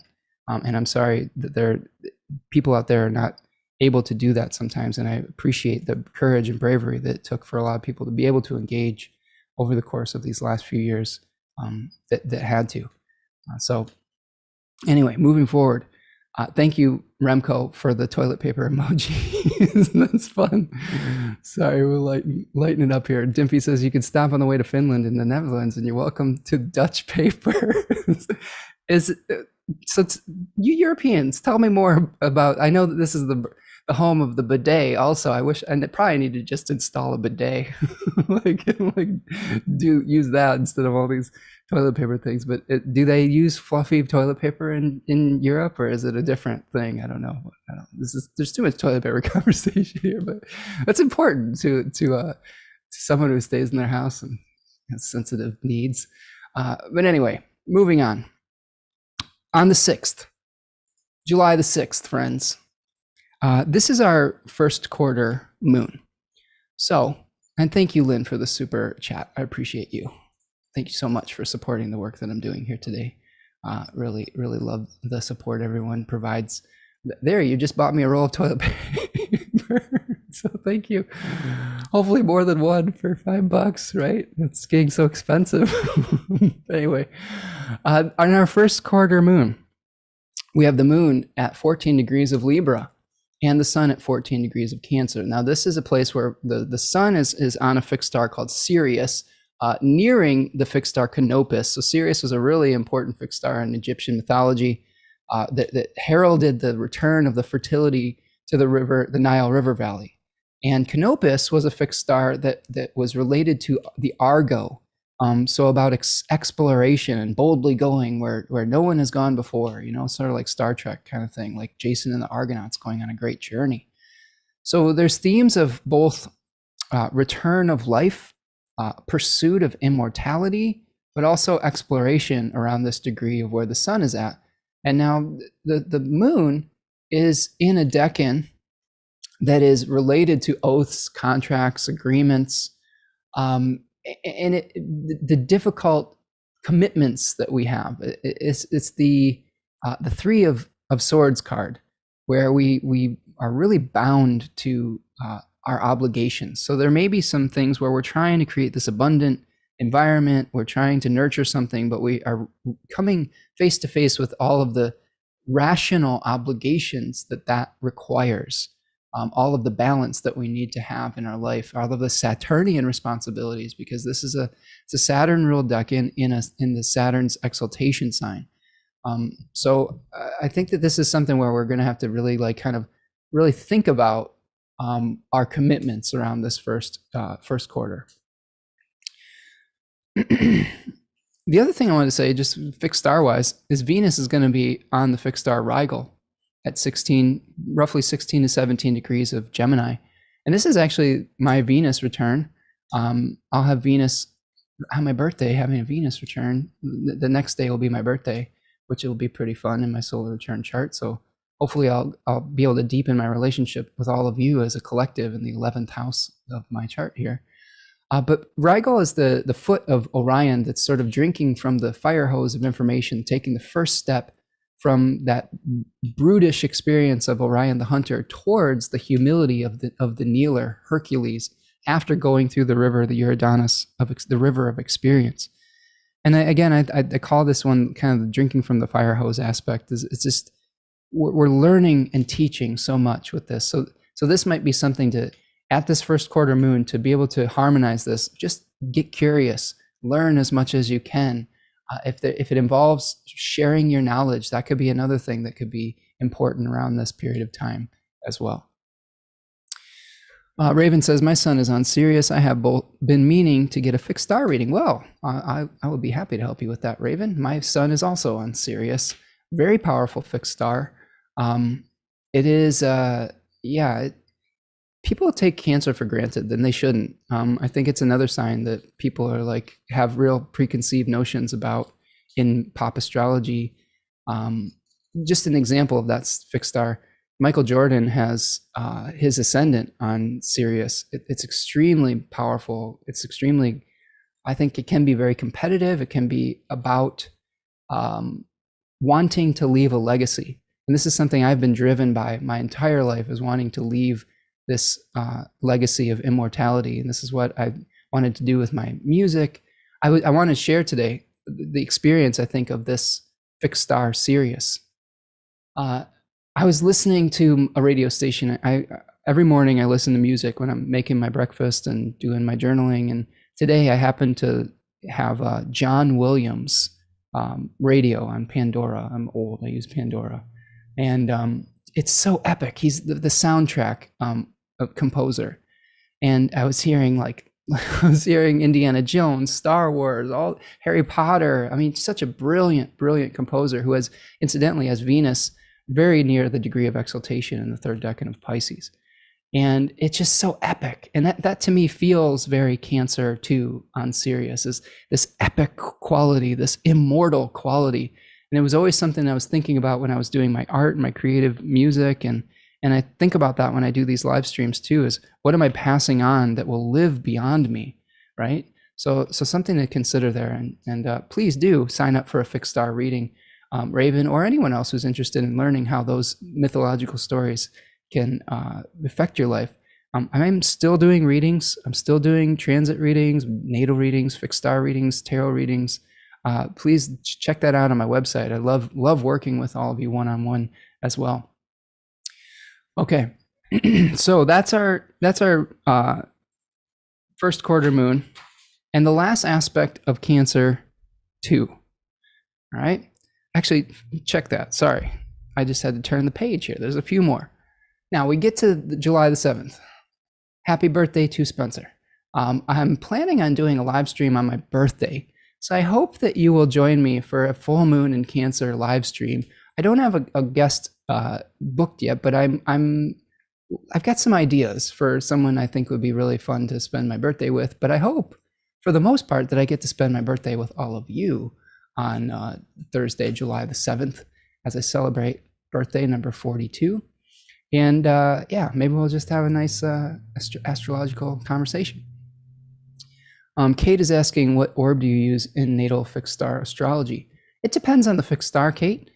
Generally, no more than 2 degrees or so. Although sometimes I think that the fixed star can influence the entire decan. So sometimes I think about the whole 10-degree section, but mostly the brightest fixed stars I will at most use the orb of 2 degrees. Most of them I just use a conjunction or 1 degree if it's not as bright as well. Yeah, Raven says, I think 1 to 2 degrees exactly. And Raven's on top of it. Raven's heard me talk about this stuff before. Yeah, and it's good. Those questions are awesome. I want this to be a learning channel as well, like lunch and learn, right? With Spencer. So please continue to ask the questions of learning astrology as we go through these aspects as well. All right, so July 7th, you're basically looking at my solar return chart here. My actual solar return chart has the moon a little bit closer to the fixed star Spica, which I'm very excited about, actually. It'll be on Spica in my natal 3rd house, the moon on Spica in its joy. I think that's good. It's going to be a good year, I think. I'm pretty excited about this year. So anyway, Kate says, a full moon Cancer solar return live stream. You're so there. Yes. All right, Kate, let's do it. Okay, so let's talk about this July 7th date. Mercury is going to be starting its out of bounds journey. Remember, that goes from 7/7 to the 12th of July. So we may have, because it's in Cancer, I think one of the things that we may be working out is excessive mothering, excessive demands that we make for how we are nurtured and how we nurture others. It could be really good for musical and poetic expression, right? A pure Mercury. But be very careful that you're not being overly demanding or overly smothering the people in your life. This is something I'm 100% guilty of. I'm so protective that it's hard for me sometimes to give people the space that they need in my little circle. And that's something I really try to work on with Cancer, Sun, and Mercury. So be careful of that in your own life as well, giving people the space that they need to just be themselves. It's okay to nurture, but at a certain point, too much can be suffocating, and you can drown them with your love, right? So be careful of that with Mercury out of bounds. As we move forward to the 9th, whoops, whoa, God, well, things went crazy here. Mercury was giving us a preview. On July the 9th, Saturday, Mercury is going to be making a square to Jupiter. And this is going to reflect an earlier sun square that we had at the end of June. Mercury is going to be at 8 degrees of Cancer, and Jupiter is going to be 8 degrees of Aries. So this is a point in time where we may be really trying to establish our independence, but it may be coming into conflict with the way that we nurture one another. Just as a personal example, I've got a freshly minted adult daughter, and a lot of the conversations in our house are independence versus commitment to the family and all of those conversations. So this is something that's weighing heavily on my mind personally as a story, but that you may see this in different areas of your life. The Aries area of your chart is looking for this expansive Jupiterian action, whereas the Cancerian area of your chart is going to be questioning how you feel supported. So sometimes when we assert ourselves individually, that can, it changes the perception of the relationships that we have of our domestic situation. And that's okay. Relationships change and people change. And that's the thing that you can count on the most is change, really. But there may be some tension between those things when we see Mercury and Jupiter coming into that square. The good news is that Jupiter is in the overcoming position. So, our ability to assert our independence may actually lead to some good things if we can overcome our Cancerian mistrust of the new on some level. Dimphy is asking, do you have crystals in your water bottle? Yes, I do, Dimphy. I have a Tibetan quartz in my water bottle. It is very noisy. I apologize for that being audible whenever I take a drink. Sometimes I try to pour that water out into a glass so I don't make noise. But yes, I have a Tibetan quartz that I've had in that water bottle for many, many years. That is hopefully charging this water up to I don't know, help in some regard. But yes, that is the sound that you are hearing. It is a quartz crystal. All right, so that's July the 9th. Wide-ranging interests too. This could be something where Jupiter is expanding all of the mercurial significations, exaggerating, creating a consequence of overconfidence on some level too. We may be getting grandiose about how we want to assert our independence, and that could be putting a lot of pressure on our domestic situation. So conflict between nurturing unions and the need for new individuation. So be careful of that with Mercury square Jupiter. Okay, so Raven's solar return. What is your solar return, Raven? The 9th? The 8th? I have a 20-second delay, so sometimes I don't know him. But happy birthday, Raven, on whichever of these days is your solar return. July the 7th, 2022. I'm sorry, July the 10th. Can you tell that the sun has moved into Cancer instead of Gemini? It's all a little bit, it's all a little bit more watery this time around, isn't it? So on July the 10th, 2022, the sun will be making a positive sextile to the planet Uranus at about 18 degrees of Cancer and Uranus at 18 degrees of Taurus. Now, I think that this is interesting because this is the exact degrees that Mars is going to be kind of meeting up with Uranus. So this might be sort of a last gasp to do something positive, to break up your old routines before Mars does it for you, okay?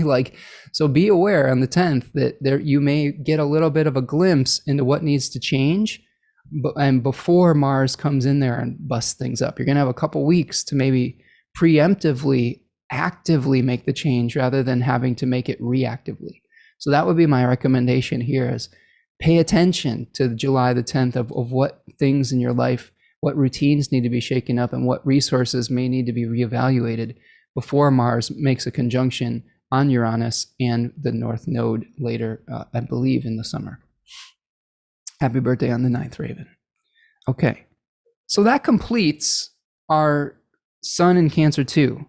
Now, we're going to see at the beginning of July the 12th, the Sun moving into Cancer 3. And before I get to that, just one more final thing. Between July the 10th and July the 14th, the moon will be out of bounds. So some of those realizations about what material resources and routines need to change may lead to some emotional moments. Just recognize that that's temporary. It's only 3 or 4 days. Try not to get too, I don't know. Try not to act too much when you're feeling too full with emotions. Those moments are really great for creative outlets, for taking care of the body, for practicing good self-care, taking a bath, going for a swim, doing a piece of art, resting, like taking a nap or something like that. That can lead to much more healthy emotional expressions rather than having the steam build up and having to release the pressure through conflict. All right, let's talk about Sun in Cancer 3. Everyone doing okay out there? What are we at? Hour and a half? Okay, well, we'll try to get through this. We're only through one decan, but that's okay. We digress. Now, we're looking at the Sun moving into Cancer 3 in the 12th. And excuse my quartz-laden water here for a minute.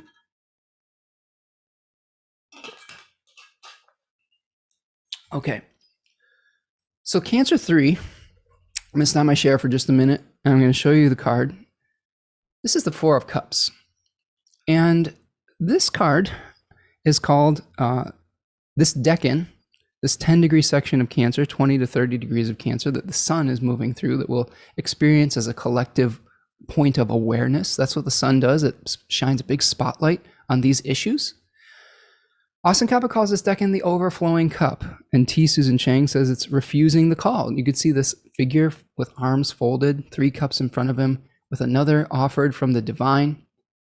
This is a point where this person has been satiated. They've partied with the muses and the graces, and they're like, all right, I've had enough of that. I don't need any more. Maybe there's some boredom that sets in this decan, where you've gotten what you thought you needed, but then you're kind of like, this isn't as satisfying as it once was. Sometimes when you have a piece of cake, it's amazing. By the 3rd or 4th piece of cake, you're like, my stomach hurts, right? Like that's kind of the vibe with this. It's like you've had too much cake. Now you feel a little bloated and you're like, oh, maybe I wish I hadn't done that. What's next? There's like what can make me feel this way that I want to be feeling? I think that we have an experience, the decan's called luxury, but there's a misnomer there. It is about luxury, it's about excess, but it's also about scarcity. The daimon associated with the 3rd decan of Cancer is Hecate. And Hecate, is a goddess that represents that waning moon cycle, right? Where the moon is now losing light and disseminating its light. It is a birth goddess, but also a death goddess. So we may have created abundance in the first 2 decans of Cancer, and now we have this excess. And what do we do with this excess?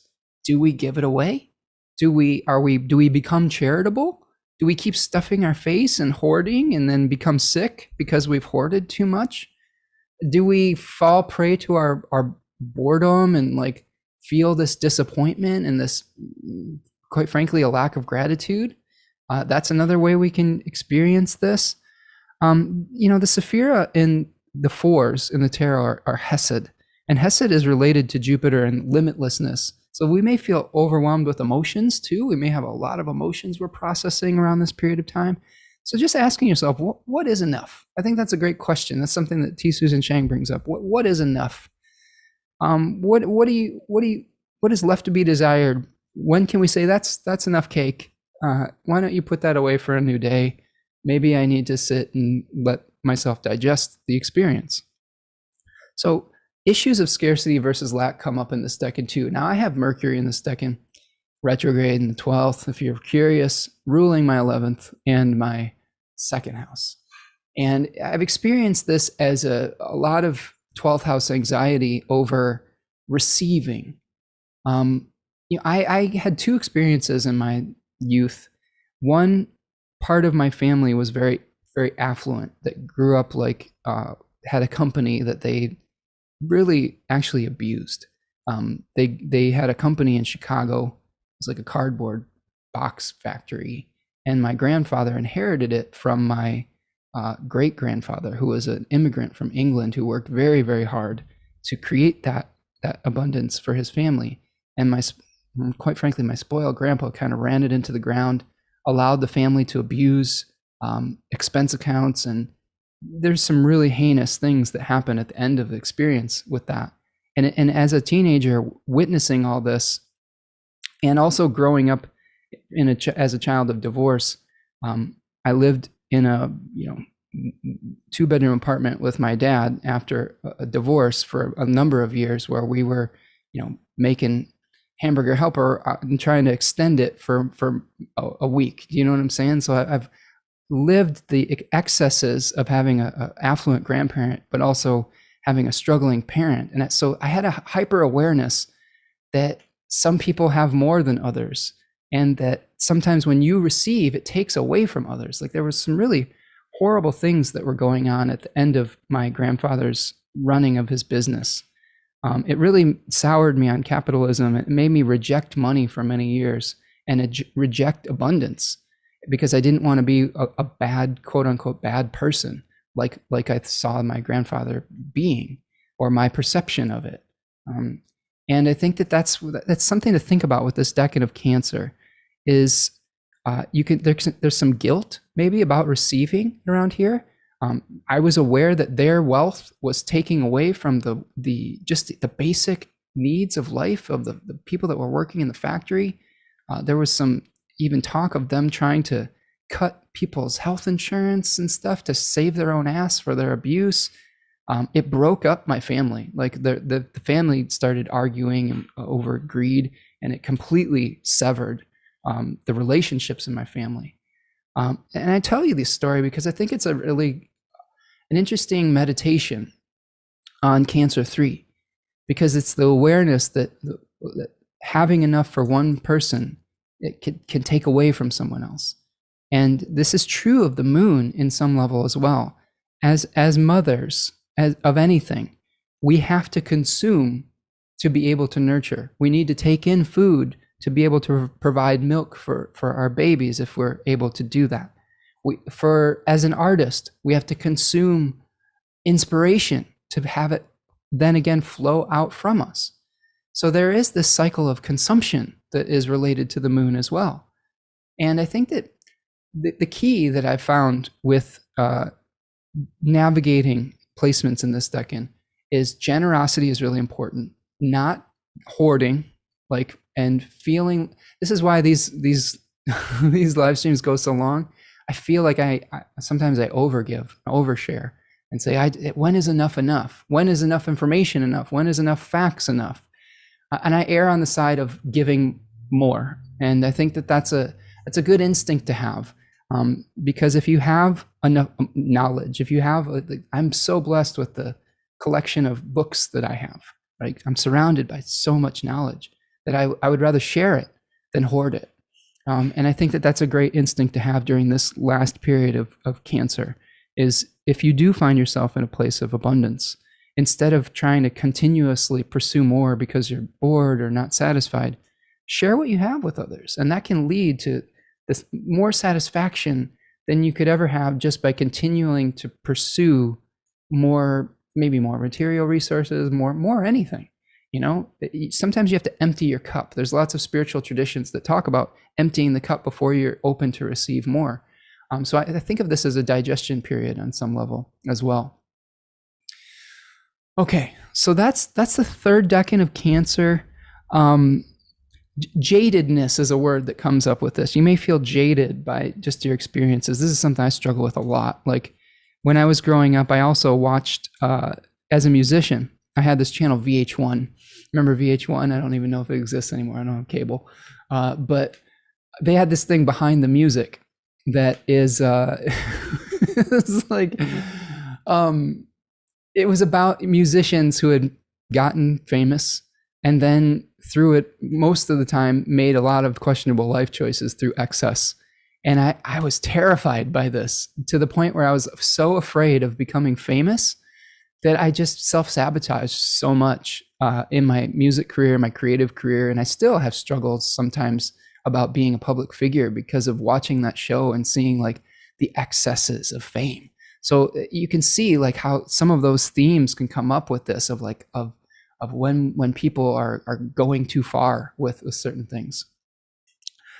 So you may be reaching the point of diminishing returns with Cancer 3, an awareness of your rejection of the status quo, rejection of saying, no, this is enough, I don't want anymore.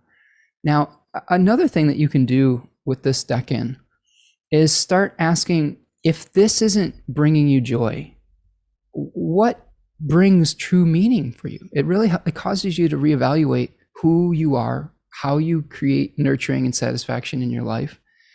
Another story that comes out from 36 Secrets is the story of Buddha under the Bodhi tree. And he led us, I'm not saying that I led the life of the Buddha, but I relate to that story of having both experiences of excess. In one part of my family, as a child of divorce, one part of my family is very materialistic and very excessive. And the other side of my family were college professors, and they chose to pursue the mind, and they were very, they were concerned about the collective. Like my great-grandfather was a professor at Purdue, and he studied genetics, biology, and conservation. He was a steward of the national or the state parks of Indiana, and he was all about protecting the earth, and went to these conferences in Switzerland, like where he got to meet people like John Muir and Aldo Leopold and all these other these protectors of the earth. And he actually got I'll brag about him a little bit. His name's Howard Michaud. He got a Lifetime Achievement Award from Al Gore at the White House for his work in conservation. And there's like a forest named after him in Indiana. So it was his ability to sacrifice for the collective and to protect that, and to be more, to have the fruits of the mind rather than having to pursue all of this materialism, was really inspiring to me, and something that I have to struggle with those two parts of my background sometimes. And we all do. We all have ways and people that we look up to, and those struggles that we are experiencing within of who are we going to choose to be based on the examples that we were given in life. And it's tough. I have to overcome some of the, like, I don't know, forced scarcity mindset too. I also feel a lot of pain at my position of being privileged, of being a white heterosexual man in America, and the awareness that that is something that that it's a privilege that not everyone else enjoys. And I've felt that really acutely for most of my life, and tried not to abuse that privilege, and try to utilize it in a way that is uplifting others rather than oppressing them. And I hope that you get that experience. I hope you get that experience here on this channel, and I hope that that's apparent in the work that we do here. I'm getting kind of choked up thinking about it. It's just something that's very emotional for me. So let's talk about some of the astrology in Cancer 3. I hope that was a good breakdown of Cancer 3 and some of the feelings that may come through it, some of the experiences we might be pursuing through it, and some of the things that might come up during this period of time, the questions that we might be asking as a collective. Thank you for indulging me in some of the personal anecdotes here. I feel like sharing my experiences is that's the only truth that I really truly have, is my own experiences and what I've learned from it. So I feel like sharing some of those personal stories and some of that vulnerability, I hope that it's beneficial for all of you and not just self-indulgent for me. I think that oftentimes we try to teach through experiences that we've never had. And I think that it's much more powerful when we have experienced something and can teach what we've learned personally through it. So something to keep in mind. Also, one last thing about my grandfather on my dad's side of the family, they were Mennonites. Like my ancestors were Mennonites in like in the church in Indiana, and they immigrated here, and like the Mennonites are so interesting. They have this. It's such a different experience than my mom's family, which was so much excess. The Mennonites were all about economy, like just really like asceticism on some level. But it's really fascinating that because I have letters from my Mennonite ancestors in the 1700s who were talking about the religious persecution they felt in Switzerland, but also about having empathy and thinking about not judging others by what they believe. And I thought that was really powerful. And I'm really proud of that. The Baumgartner side of my family. I saw 5 generations of Baumgartners in a small cemetery in rural Fort Wayne, Indiana. I visited that space. It was very powerful to visit that space and see those people that I really have a great deal of respect for. Okay. Yeah, thank you for your support of the sharing of some of these very personal stories. I appreciate all of you who are validating some of those things. All right, let's talk about the astrology in Cancer 3. We are starting off with the 13th of July, okay, with Venus making a trine to Saturn. So here we have Venus at roughly 24, 25 degrees of Gemini, making a trine to 24 degrees of Saturn in Aquarius. Okay. We are looking at a conversation with Venus having a talk with Saturn that is very sober. This is also coinciding this day with the full moon in Capricorn. So take the Venus trine Saturn talk in context with the moon becoming full in Capricorn. So when we break down the conversation that Venus is having with Saturn, it is recognizing its limitations, sober choices, releasing conflicting desires, because remember that third decan of Gemini is about making a choice. So we're probably going to have to make a choice about our desires, about our love nature, about what we try to attract into our experience, because Saturn's in that overcoming position. It may say this is enough, right? Like this is, and this, the sun is saying, well, here's the upside of luxury, here's the downside of taking too much, here's an awareness of this. The moon is going to be in the third decan of Capricorn, 4 of Pentacles energy, with where we see kind of King Midas on his throne hoarding his resources. So we may have an awareness of what happens when we hoard resources, when we take too much and we don't share what we have with others.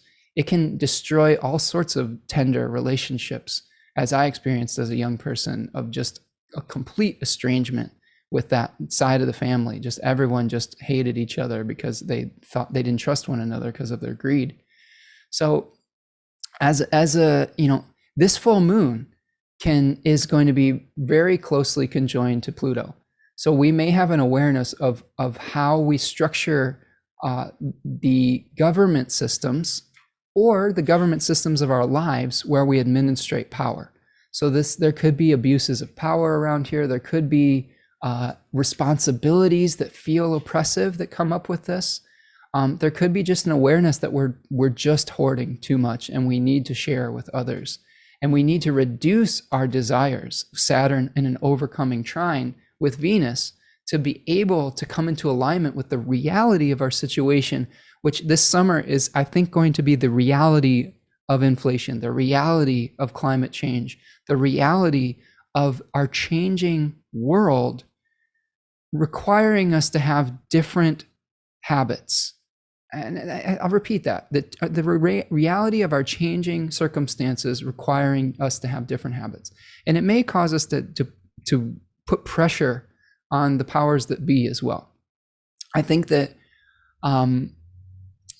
this is something that I feel really strongly and passionately about. Personal responsibility is very important. That is not to deny that we as individuals can make different choices that can lead to better outcomes in the collective. But the reality of our situation right now is there's about 100 corporations and companies in America or in the world that are creating about 70% of the climate change pollution. And as individuals, what we need to do is start putting pressure on our governing systems to change that circumstance, because we can recycle until we're blue in the face. We can put a solar panel on our house for, until the cows come home. But if those 100 corporations don't start changing their ways, it's not going to matter. So as individuals, we have to become like water, pool together, and put pressure on those more powerful conglomerations of whatever it is to be able to make the real change that we need to make. And it's going to have to happen on unfortunately, it's going to have to happen on a government level. Yes, we can do the rebellious acts of planting a garden in our backyard, of heaven forbid, having a pollinator habitat where you don't mow your grass for a week or so. Those things are important. But again, we have to put pressure on the macrocosm as well. Okay. Kate's ready for Leo season. Leo season isn't going to be much better, Kate. I'm sorry. There's some challenging stuff in Leo season, but We'll get through it. We'll get through it together. Kataki Two Crows is here. Welcome, friend. Found this stream while still alive. Look forward to listening to the whole thing. Thanks for all the great work you do. Really appreciate all of your time and energy put into it. Thank you so much.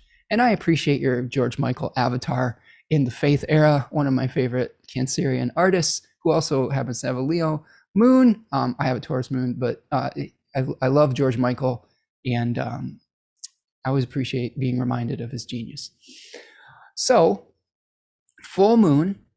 Remember, this new moon was in the Two of Cups decan, where we had this attraction to some new source of nurturing, some new partnership. We're desiring to be together. Now we have the moon coming full in the third decan of Cancer and Capricorn, respectively, where we've gotten those desires satiated, and now we're like, whoa, what is enough? How can we share our bounty? How can we change the system so that we don't have certain individuals hoarding all the wealth, and that we have enough for everyone moving forward? Okay.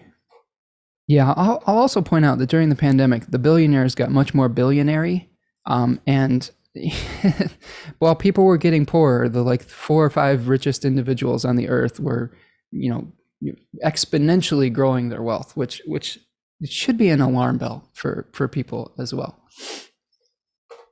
So let's move forward to the 14th, where Venus is making a square with Neptune. So here we have Venus at roughly 25 degrees of Gemini, making a square with Neptune at 25 Pisces. And this is something where after we are coming off of the full moon, which again is this full moon will be happening while the moon is out of bounds. So this is going to be a funky full moon on some level. It was also conjoined the fixed star Castor, the horseman or the storyteller. Castor was the mortal twin. So we may have themes of one twin that may be needing to die also for the other to live. So we may be forced with choices and sacrifices that we have to make to be able to infuse something with meaning that is most meaningful to us. Okay.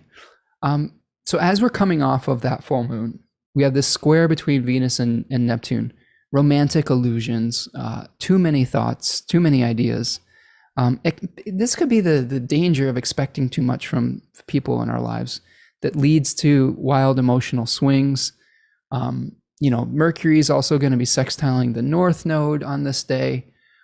So again, challenging conversations. Mercury is really going to be getting close to that Cazimi with the Sun. So about to be renewed in the heart of the Sun. So I think it's a time for patience. We are going to be getting a new download of how to distribute our overflow or abundance of resources, or how to deal with the lack in our life with the Cazimi moment of Mercury and the Sun coming together on the 16th, which we're seeing here. There is July the 16th. Now, I hope that you'll all join me for the Decans of Cancer webinar on Saturday, July the 16th at 1 p.m. Eastern Time. You can find a link in the description of this video or wherever you're consuming this content, or spencermichaud.com.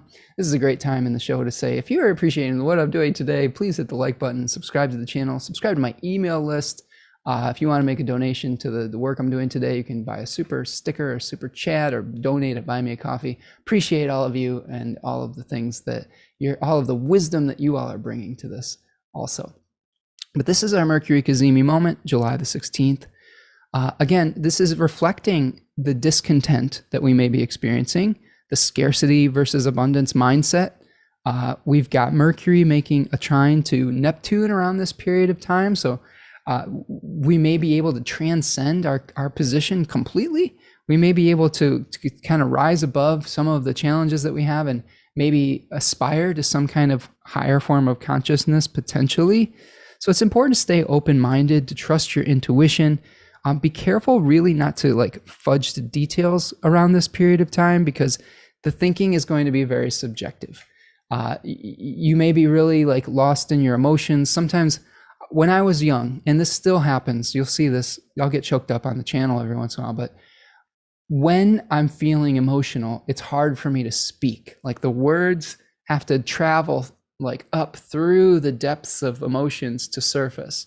And when I was really upset as a young person, which happened quite often actually, I would just completely shut down. I would go internal, couldn't even talk. I would be so upset. I'd just like, I'm like, you're not going to hear from me for like an hour. So I would be careful about that around this period of time too, is if you get overwhelmed with too many emotions, it can cause you to shut down, and it can cause the communication to be really challenging. And I would say the other thing that's happening is you can see that there's an opposition that's happening here between Mercury, the Sun, and Pluto. So we're going to be starting to feel the application of the Sun and Mercury to that opposition to Pluto, bringing up things from the depths, having a confrontation potentially with some of the corrupt systems in our life, with some of the fears of not having enough, of trying to hoard, like the Four of Pentacles, person on the throne. And it's very it's difficult to reconcile some of those feelings. So I think that this Cazimi moment is, I think, best approached with an abundance mindset, and that even if we're experiencing a sense of lack, an abundance mindset, like the buffalo animal that we're going to talk about later. The buffalo is an animal of abundance. It just the indigenous people of this country used every inch of that animal, and it was there to support and bring abundance and fertility to those groups. And when we're faced with downsizing, it's important to really be grateful for the things that you have, to share the things that you have, and start to appreciate those little things. And that could be what could really get us through this moment, is an appreciation of what we do have, an appreciation of a shorter day trip, an appreciation of the food that we do have, rather than the foods that we may have to not buy extra of. It makes us appreciate the 3 rolls of toilet paper we have in our house, rather than a year's supply if we were trying to hoard it, right? And I've heard many stories of generosity through that pandemic experience, where people who didn't hoard, just the neighbors were like, hey, can you help me out? And a neighbor brought them a couple rolls or something like that. So if we rely on each other rather than fear each other, that can lead to all sorts of better outcomes. And it's something to consider as we move forward through this time period. Looking at the chat here, Taki Crow says, the last full moon in Sagittarius was super difficult for my entire family the weeks after. Not sure why. Like way worse than that Scorpio eclipse where everyone was worried about. Well, you might have something in your personal natal chart that was activated with that full moon, and not every lunation is going to hit us the same exact way. I would really take a look at whether it was angular for you, and that means, did you have for example, that Sagittarius full moon, do you have a mutable angular relationship, like either Virgo, Pisces, Sagittarius, or Gemini on the 1st, 10th, 4th, and 7th house axis? And that can make it much more personal, even with an eclipse that isn't on that axis. So the ones you'll really feel is when you have eclipses on your angular houses. Those are the ones you're like, oh shit, my mom died. That happened to me. So there's big changes that can happen when you have eclipses on your angular houses. Kate's gonna have a Cazimi opposite natal Mercury. I'll pray for you, Kate. Makina is here. Castor oil for the moles. Doesn't hurt them, just deters them, and it works great for us. Oh, that's good advice, and perfect for our castor full moon, right? Maybe this is my battles with the moles. Castor oil. Sometimes astrology and mythology is very literal. So oftentimes we can utilize things that have certain names to help us in situations where we're fighting against the forces of entropy and decay. So thank you, McKenna. McKenna, I think that's how I say your name. Thank you for being here and for that advice. I'm always open to new ways to, humanely deal with the challenges I have. We have wasps that we need to deal with too. All sorts of things. Okay. So that's the Cazimi on the 16th. Moving forward to the 17th, Mercury will be trining Neptune retrograde on at 25 degrees of Cancer and Pisces, respectively.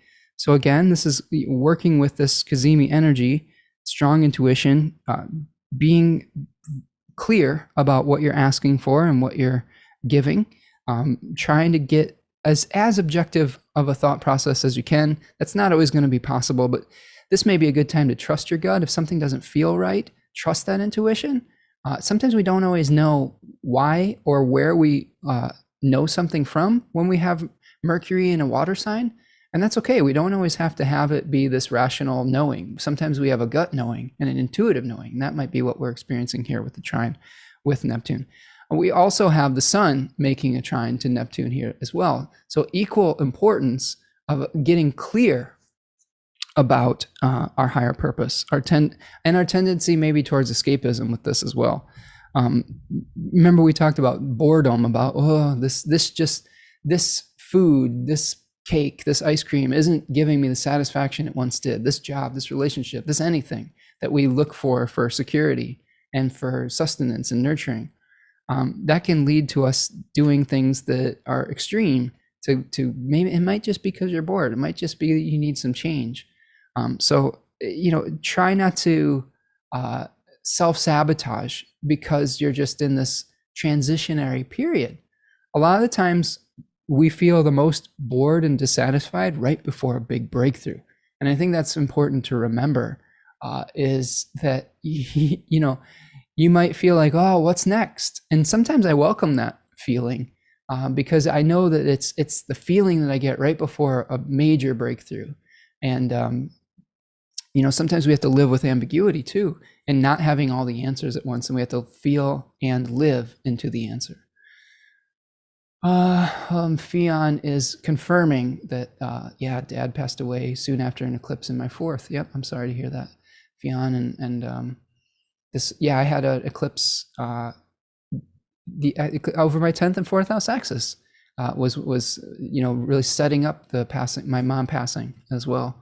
It also set up the purchase of this home. So it's weird. Like things come in, things pass out of existence, and it can be it's not always all bad and all good, and really terrible things can happen and really good things at the same time. So life is full of gray areas and ambiguities. I wish people would accept that a little more, that we don't always have to assign like value, positive or negative to something. Sometimes it just is. And if we were able to do that, we would get along a lot better with one another, and we would have less internal conflicts as well. Okay. Also happening on the 17th, a big day. This is one of the biggest days, I think, of the month. Venus is going to be moving into Cancer. Venus is going to be leaving Gemini and becoming in co-present with both the Sun and Mercury.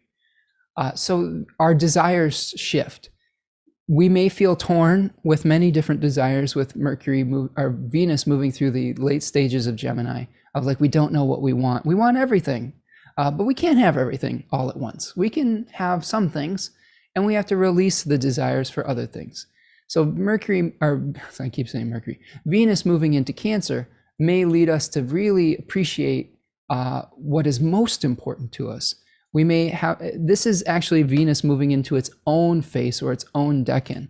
So this is something where Venus gains some dignity, gains some power. It will soften our ability to create mutually harmonious and beneficial relationships with one another. This can be some really nice energy where we might find just beauty right in our own backyard, right with the people that are closest to us. It doesn't have to be this far-flung adventure. It can be just, this is the backyard barbecue kind of experience. The backyard garden, the cottage garden, whatever it is. Just finding beauty in the little things and the everyday relationships is reflected with Venus moving into Cancer. Rachel says, awesome advice, Spencer, about boredom, breakthroughs, and the ambiguity in between. I've found that to be very true, Rachel. It's just, you just have to wait a little bit for the wheels to shift. And instead of taking an action that might be premature, sometimes just patience can lead you to the right action. I experienced this today. I was getting into some conflict with my family over a purchase.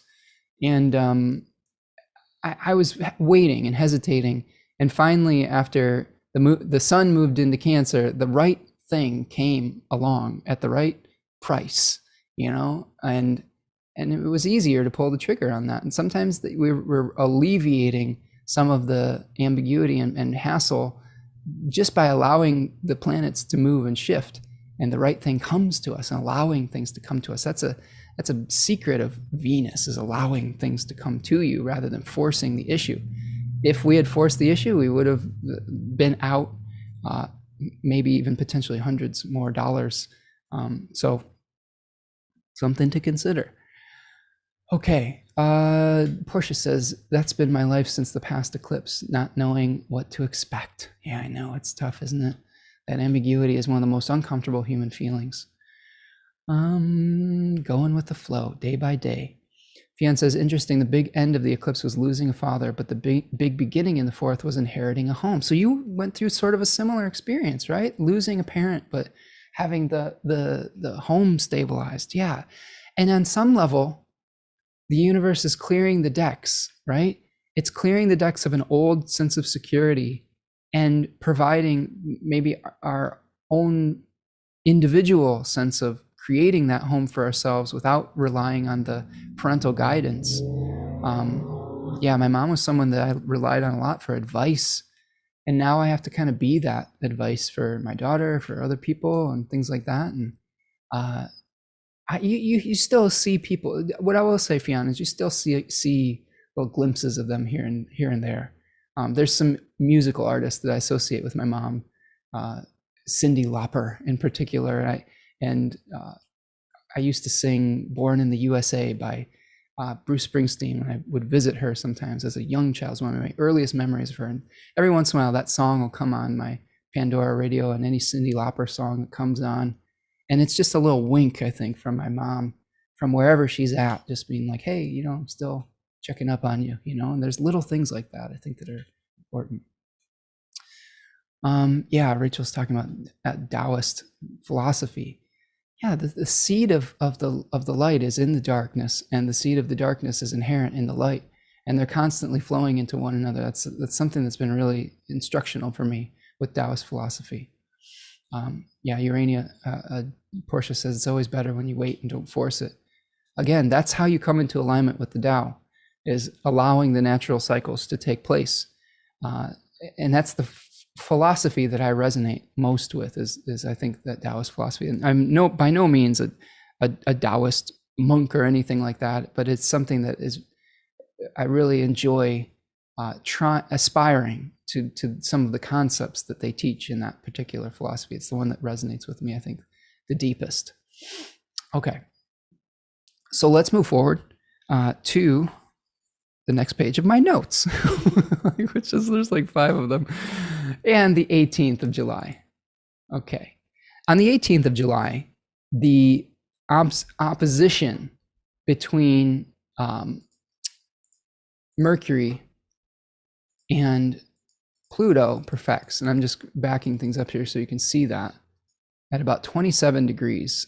Okay, Mercury is moving super fast here, so that's why I just like, oh wow, move a day, and it's already moved like 3 degrees, right? So we have this opposition between Mercury and Pluto.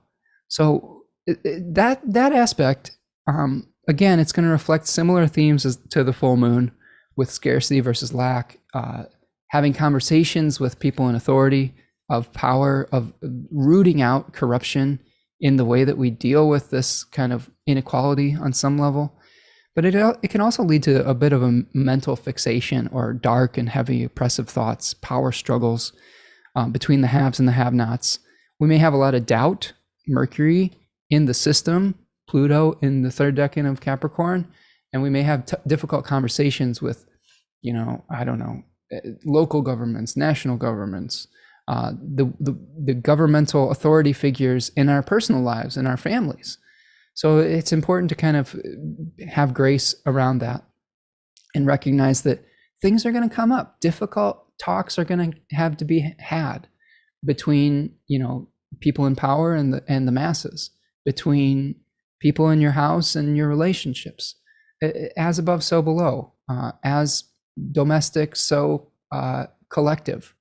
So I think that, having the hard talk, having an emotional ugly cry, might be something that leads to a catharsis. I think what you would want to avoid during this period. And remember, let's put the sun in here too, because the sun is also going to be making an opposition in the next day. The 18th and the 19th of July is leading up to a last quarter moon on the 20th. Okay, but we're going to have, Mercury asking the questions, the sun bringing an awareness by the opposition to Pluto. We're going to have some tough talks.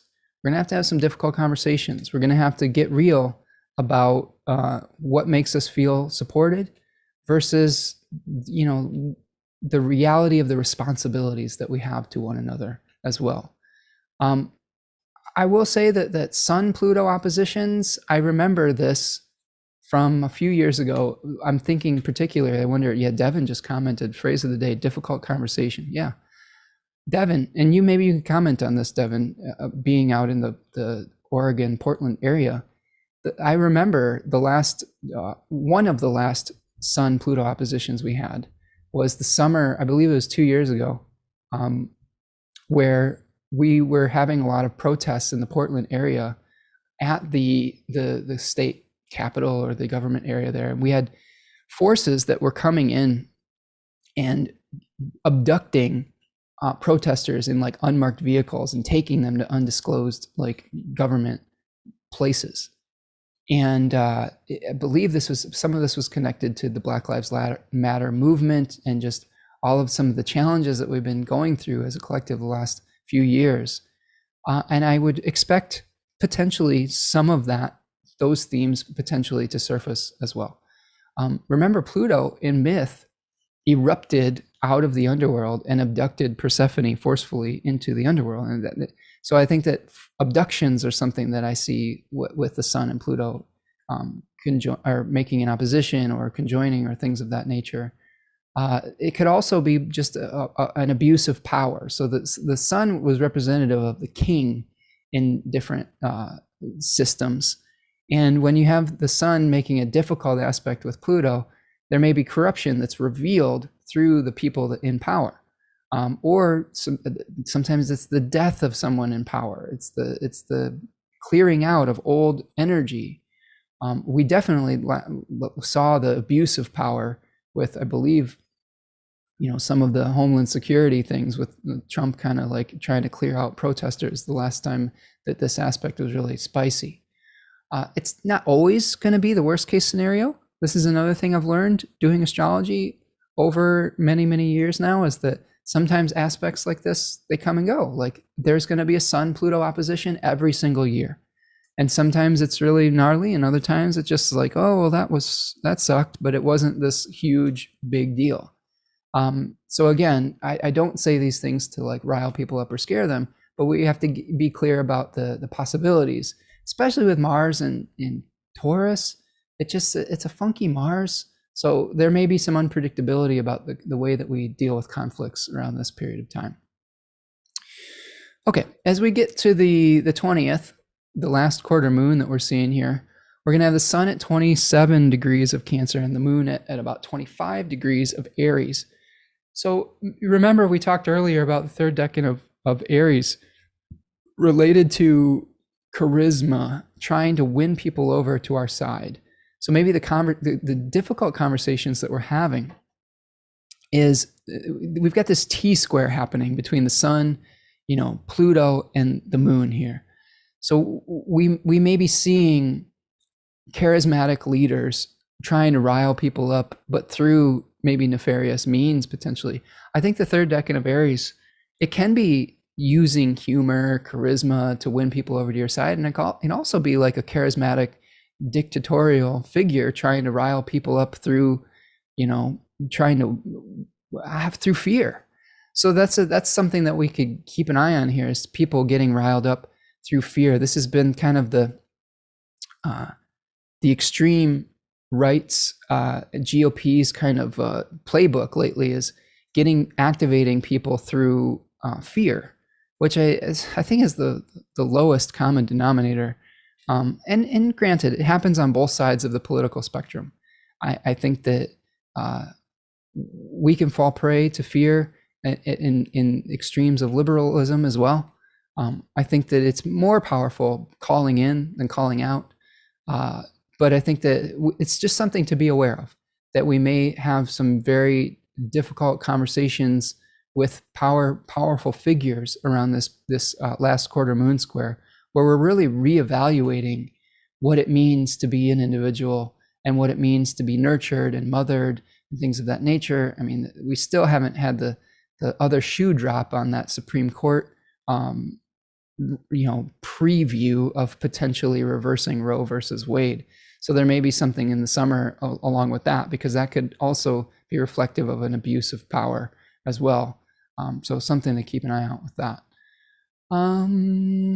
Yeah, Devin says, yeah, over 100 days of protest. Check out the podcast Uprising for a on-the-ground perspective of what was happening. Yeah, Devin, I had a friend, my friend Nico lives in Portland, and he was giving me like boots on the ground updates when that was happening. And it just was really just seemed very intense and really challenging period of time. And I hope for everyone's sake that you don't have a repeat of that, but that everyone is able to kind of, that we can find peaceful solutions to these really difficult conversations that we need to have. Cobabs is here. Hello, Cobabs. Nice to see you. Thank you for stopping in, friend. Nice to see more people stopping in the chat. All right, so that's our last quarter moon. Let's keep rolling. What do you say? We're at almost the 2.5 hour mark. We'll keep getting through this. Betty says, isn't the moon squaring at 25 Aries? Yeah, so we just got done talking about that, Betty. The moon squaring this T square. My first intuition, if I'm going back to that Supreme Court issue, the moon represents the body. The moon represents how we feel nurtured. And when it is making a square with the sun and Pluto, we have Pluto maybe representing the courts, the corruption involved in that. The sun saying who gets to decide what is nurturing, what isn't. Again, this could cause some real difficult talks in the collective, again, about the rights that we have in regards to our own bodies, the rights that we have to nurture and to mother and things of that nature. I just think that we're heading for a little bit of an explosive moment in regards to that, but also just with our resources too. There's so many, this is the thing that you learn about astrology. There's things that are happening on multiple levels, and there's good things that happen at the same time that really challenging things happen. There's multiple events that reflect the different astrology. It's not just one thing. So that's why we look at it archetypally that's why I try to do that rather than trying to ascribe a specific event too many times. I think it is important to connect the astrology with some current events, because I think that can ground it for us. Because, really, what are we doing this for if we're not connecting it to our lived experience? But our own subjective lenses can color how we might experience that astrology too. So, and I'm guilty of it on this channel. I have a certain lens that I experience the world through, and it's very difficult to remove that lens. But just acknowledging that it's there is important, and that can help us to move towards objectivity when we acknowledge our subjective lenses. Okay, so that's our last quarter square. And the thing that's going to be happening simultaneously is Mercury is moving into Leo around this period of time, around the 19th. Now, Mercury in Leo may have us, being a little bit more dramatic with our communication and our expression. That decan is really about competition, but it's a mock battle. That 5 of Wands is like these figures struggling for dominance. T. Susan Chang, I just read the chapter on T. Susan Chang's book, and this is going to bring us also into the Sun and Decan 1 of Leo. So let me talk about that in regards to both Leo and the Sun. So what we have, and I'll find the card for you and give you just a preview of the decans in Leo. It's happening on August the 20th. If you sign up for the bundle, you can sign up for both Cancer and Leo and get the recordings for Virgo. So I'll be talking about, that's going to be my last decans webinar to complete the cycle. I'm excited about that, and we'll see what's next. But this is the card for Leo 1. And it is in the sphere of Gavura, limitations, where we're trying to, we're in a passionate fire sign. We're competing for a spotlight, like Austin Coppock calls it, and we feel like we're under pressure. This is a Saturn ruled decan in a fire sign, and I-Ching Chang calls this like the pressure cooker. So think of Leo 1 as feeling stage anxiety, where it's like, all right, it's time to perform. Or like you're a professional athlete and you've been training so hard for this moment, but now it's the Super Bowl and you've got to throw a touchdown or you've got to perform. Some people rise to that challenge and to that occasion. Other people fold under the pressure. And, we play different roles at different moments in our life. Sometimes people that have folded in certain moments redeem themselves through stepping up in other moments. Just because you've had a moment where you fell short of the glory doesn't mean that you can't have a different experience the next time around. So our minds may be more activated towards how do we perform under this pressure? What masks are we going to wear? This is something in 36 Secrets that Austin talks about a lot. What personas are we going to try on so that we can figure out what is our authentic self? I really think the challenge of Leo is being able to come to a point of integrity. And this is coming from a Leo rising, a third decan Leo rising, which third decan is all about defending your right to be and your authenticity. You're struggling to figure out who you are in that first decan. You have the victory of your authenticity, the unification between, the inner and outer self. And then in the third decan, which is Mars ruled, you're defending your territory. You're standing your ground. You're saying, this is who I am. And if you don't like it, fuck off. Like that's kind of the vibe of Leo 3. And it's not appropriate in every situation. I've had to learn when to defend my right to be and when to be flexible. That's a hard lesson to learn. A lot of failure, a lot of humbling comes with that. But this particular decan, pressure tests of will, we may start to feel ambitious around this and wanting to step into our limelight. It is a contest. There's a contest where we're competing for resources. The other thing about it is a mock battle. Sporting events, people will treat it as life and death, myself included. Sometimes when I competed as an athlete, I don't know, for those of you who didn't know, I wanted to be a Renaissance man growing up, and that included sports. I had a time period where I wanted to be a professional athlete. I played baseball and hockey and basketball as a child, and soccer. This was my Venus and Gemini. I was like, I want to do all the sports. But I was most involved in travel hockey as a youth and baseball.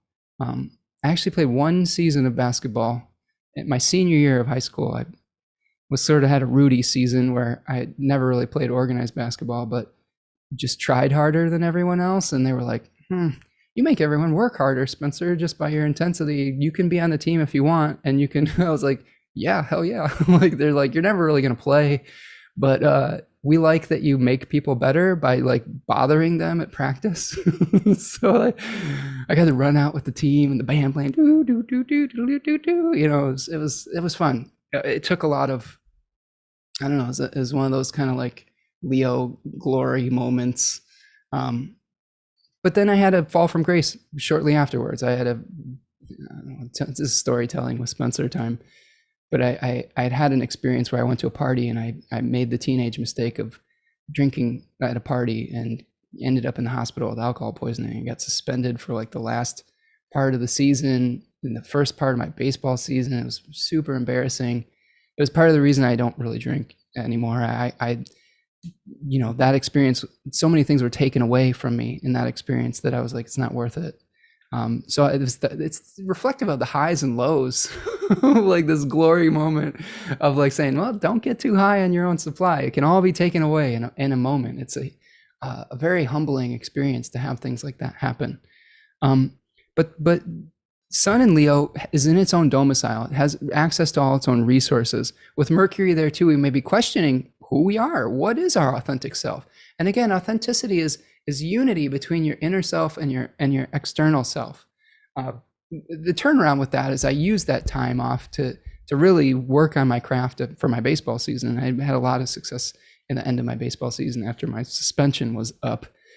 So I'm proud of that in Leo form. But again, for those of you out there who are young, I don't know if there's any high school kids that watch this, it's such a short period of time. Try not to put too many eggs in that basket. It's just a tiny blip for the rest of your life. And what seems super important at that time, it's not that important. I mean, it's formative, but life goes on after that experience. Oh, I learned that. Okay, so that's our Leo 1 kind of preview. And let's take a look at some of the things we're going to be going through collectively with Leo 1. All right, any questions before we move on? Is everybody doing all right? I still got some people with us today going here for the long haul. Appreciate all of you. All right, so we're looking at the time between the July the 22nd for the Sun in Leo. Okay, you can see it's clicking over here. I'll just put it. Oops.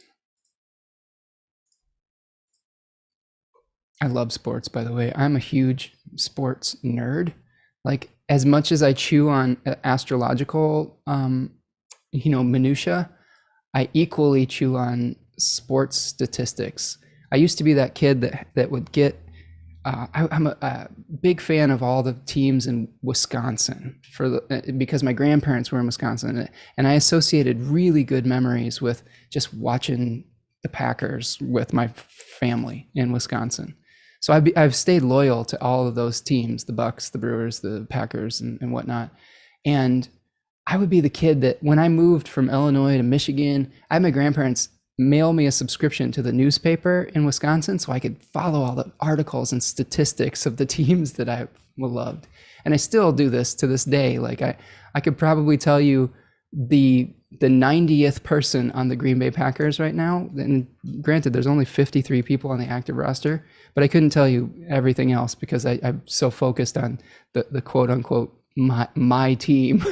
That there's some of that Cancerian clannishism that gets expressed through sports teams, right? And I believe my astrology teacher Achuta Baba has a similar experience with the Minnesota Vikings, the rival team. So I don't know what that means, but we playfully banter back and forth about our Midwestern Cancerian loyalty to our sports teams. But I digress. The thing that I would say about Leo season is, often we have the Olympics that happen during Leo season. So there are mock battles that are healthy competition. I love the Olympics. I love the Olympics because it's a great balance between low stakes competition. And I don't mean low stakes for the athletes that are competing. It's the highest of stakes for them. But it's not like you live and die with an Olympic competition, right? I mean, of course we have our exceptions, but and it's also the spirit of competing with all the nations coming together, putting aside their issues, putting aside their wars, hopefully their conflicts, to come together in the spirit of competition. I love that about the Olympics. Now, granted, there is corruption in the Olympic system, the committee, all of those things. I'm completely aware that it's not perfect, but my idealism goes into overdrive around this period of time. So this is something to consider. Like we see like athletic competitions like that. As we start Leo season, the sun is going to start becoming into an opposition relationship to Saturn, and Mercury is also going to do this. So I know that everyone was like, oh, let's get to Leo season and that'll give us the relief that we're looking for. But we have an opposition now by whole sign with the sun and Mercury to Saturn, and it's T-squaring Uranus and Mars. And Mars is starting to come into a conjunction relationship to the North Node in Uranus. So the pressure cooker that we were talking about is going to start to really heat up. So a lot of our different needs, and pray for me with the Leo fixed rising, a lot of different needs are going to start coming into play here. I can already see this as my daughter is going to be moving and going to college, and all the feelings that come with a Cancer becoming an empty nester that's a lot. There's a lot going on there. So I'll need some extra support around that period of time. Hopefully we'll get through it together. But keep in mind that those all of that energy is starting to come into conflict with one another. Okay. The moon will start off out of bounds on the 23rd of July. So as we move forward through this, our emotions are going to start getting activated, and we may be really in our feelings as we go forward into Leo season. On the 23rd itself, Mercury is going to be making a square with Jupiter, right? So if I go back just even one day here, you can see Mercury. Sorry, I'll clear off this junk here. Mercury is going to be, squaring Jupiter. Trining Jupiter at about 8 degrees of Leo and Aries. So this is where we get, our thinking becomes much more passionate, potentially optimistic. You may feel inclined to take a risk. You may be just feeling yourself a little bit around this time. I would caution you not to take unnecessary risks, because again, Mars is in a funky place, an unpredictable place. And Saturn is also saying, hey there, Leo planets, there's a reality check coming at the end of this month. You need to be prepared for that. So again, this summer is not about bold, huge moves. This summer, I think, is about how can you make the best of a challenging situation? Can you still maybe grow or learn in a circumstance that isn't as abundant as we may wish it was? And how do we become real with that and accept the reality of that while still living our lives and not, just falling prey to the fear and scarcity mindset? There's still growth that can happen even when you pare it down to something more manageable based on the reality of your circumstances. Even if it's spiritual growth, maybe it's not material growth, but maybe you're learning something. Okay, we don't want to get into the mistake of spiritual materialism and leveling up kind of thing and those kind of things. This is hard for me because as a Virgo-ish person, leveling up is fun.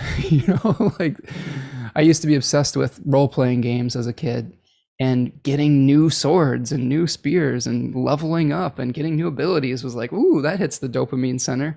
But you have to be careful of falling prey to that in your lived life as well, because ultimately situations arise, we increase in power, and ultimately those situations fade and they wane. Bodies grow and then they decay. Wealth comes and it goes.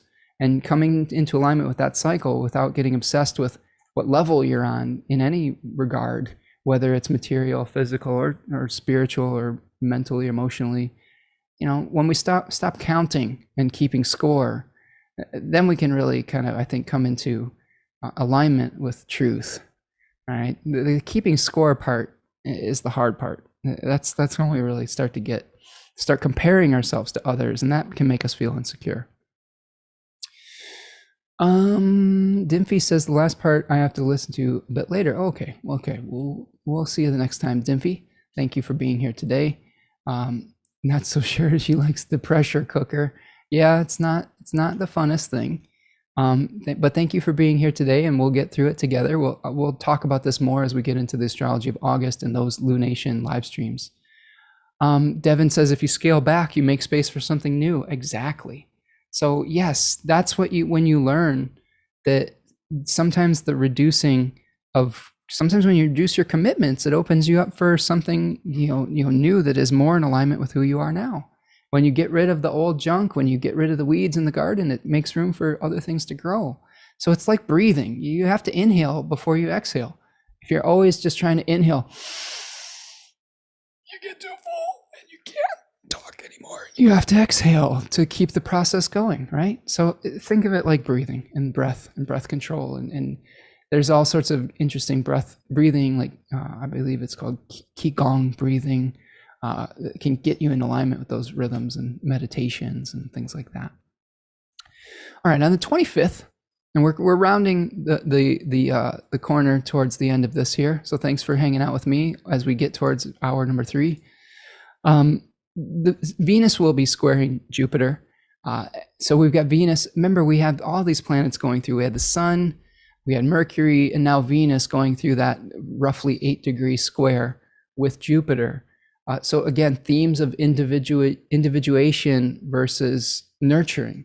And here it might be more in akin to our personal one-on-one relationships that we're needing some more space within, needing some more individuation.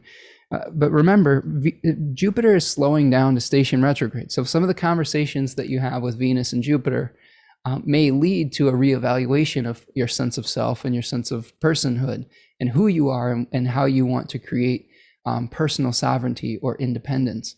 So it's just be careful with Venus and Jupiter squares that you don't overdo it.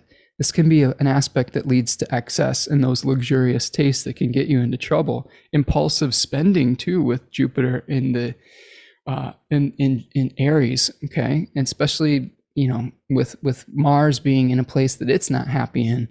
We may, because we feel a lack in one area, it may cause us to overspend or overcompensate in another area.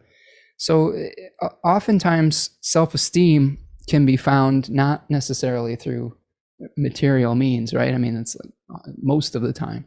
So there's other ways to fill that cup and to feel supported rather than going on a shopping spree. I'm not saying it doesn't momentarily feel good, but the bill comes due, I think, and that's something to remember when you're getting in circumstances with like a Venus Jupiter square with Mars hosting one of those planets. All right, on the 26th, there's a square between Mercury and Mars. So this is the tough conversation that happens after you've spent, a bunch of money on the credit card, and you did it impulsively, and you didn't have a conversation with your partner about it, and you just went ahead and did it anyway. So this is the blow up, right, where people get fixated on digging their heels in the ground, get upset about misuse of resources or things like that. Mars in the second decan of Taurus can speak to a lack of generosity sometimes too. That decan is about sharing with others, and we may have difficulty sharing and establishing a healthy rhythm with our day-to-day experience as well. This may be the aspect also where we're trying to water the plants 3 times in the day rather than only the one time that it needs, or we're completely neglecting something in our life that needs to be paid attention to. Remember, we're talking about healthy rhythms around this period of time, and Mars is shaking those rhythms up and asking us to change those rhythms and forcing us to on some level. And when it comes into conflict with Mercury in Leo too, it may be denying us the validation and the victory and the parade that we think we are entitled to. That decan of Leo has a figure that is like being celebrated. So we may not feel celebrated in this moment, and that may lead to some arguments based on pride, arguments over money that lead to pride, difficult pride conversations. So just swallow your pride, recognize that everyone's going through shit right now, and everyone is feeling the pinch, and try not to get yourself into a sticky situation that you'll later regret. I will also say that the moon is making a positive conjunction with Venus on this day. So, it may smooth things over a little bit. Figure out ways to nurture each other rather than arguing with one another. As we get to the 28th, there we're going to have our new moon. So we've got our new moon on July the 28th right here, 5 degrees of Leo. The moon's in its own domicile. The sun is in its own domicile here in Leo. The moon, I believe, is peregrine in this decan, but don't hold me to that. And we've got a whole sign square from Mars, a whole sign opposition from Saturn. It's fairly closely trine Jupiter. So, this is the good time to try out a new way of doing things, a new rhythm, a new routine, a new mask. We're going to see a pretty intense full moon that this is going to come to fruition with a pretty intense square with Mars. I believe that Mars square is going to be on Algol squaring the full moon in Leo that is going to come to fruition. Let's just check that real quick. That's going to be see, this lunation is going to be at 19 degrees of Leo and Aquarius with a square to Uranus and with Mars on Algol. So funky new moon that's going to feel pretty challenging. But this is the pressure cooker that we're starting. We may feel a need to perform. We may, because of the resources that are changing, we may have to take on a new role, a new identity. We may have to get a new job. We might have to change our agreements with one another to be able to get all of our needs met. And that could put us under a lot of anxiety. You know, it could, when we're taking on a new role, it's uncomfortable at first. But what I've learned as a Leo rising who had a lot of shyness and stage fright as a child, and even as an adult trying to do music and do all these things, what you learn is when you do the thing, you overcome your fear, you tap into your courageous willpower to get up on stage, and then you don't perish. The next time you do it, it's a little bit easier. And you know, you recognize that this isn't life or death. Okay, we take on the new role, we learn from our mistakes, and it becomes easier over time. I don't really freak out doing these live streams anymore. When I first started doing astrology, I was like, oh God, is people gonna show up? Or, oh, is people gonna think I'm smart? You know, because these are stupid things, self-doubt things, right? But as we go along, it's just now it's a fun community. You get into a flow state and you become more of your authentic self. You open up a little more. And this new moon could be about doing that and becoming more comfortable in these states where you have pressure and where you may be feeling more exposed and in the spotlight. Okay. The other thing that's happening on this new moon is this is when Jupiter is stationing. Okay. So Jupiter, where is it? There it is. Jupiter is going to be stationing retrograde, all right, within the day of that new moon. So we may have to, because we're taking on a new role, we may be having to reevaluate how we express ourselves, how we individuate, how we create personal sovereignty.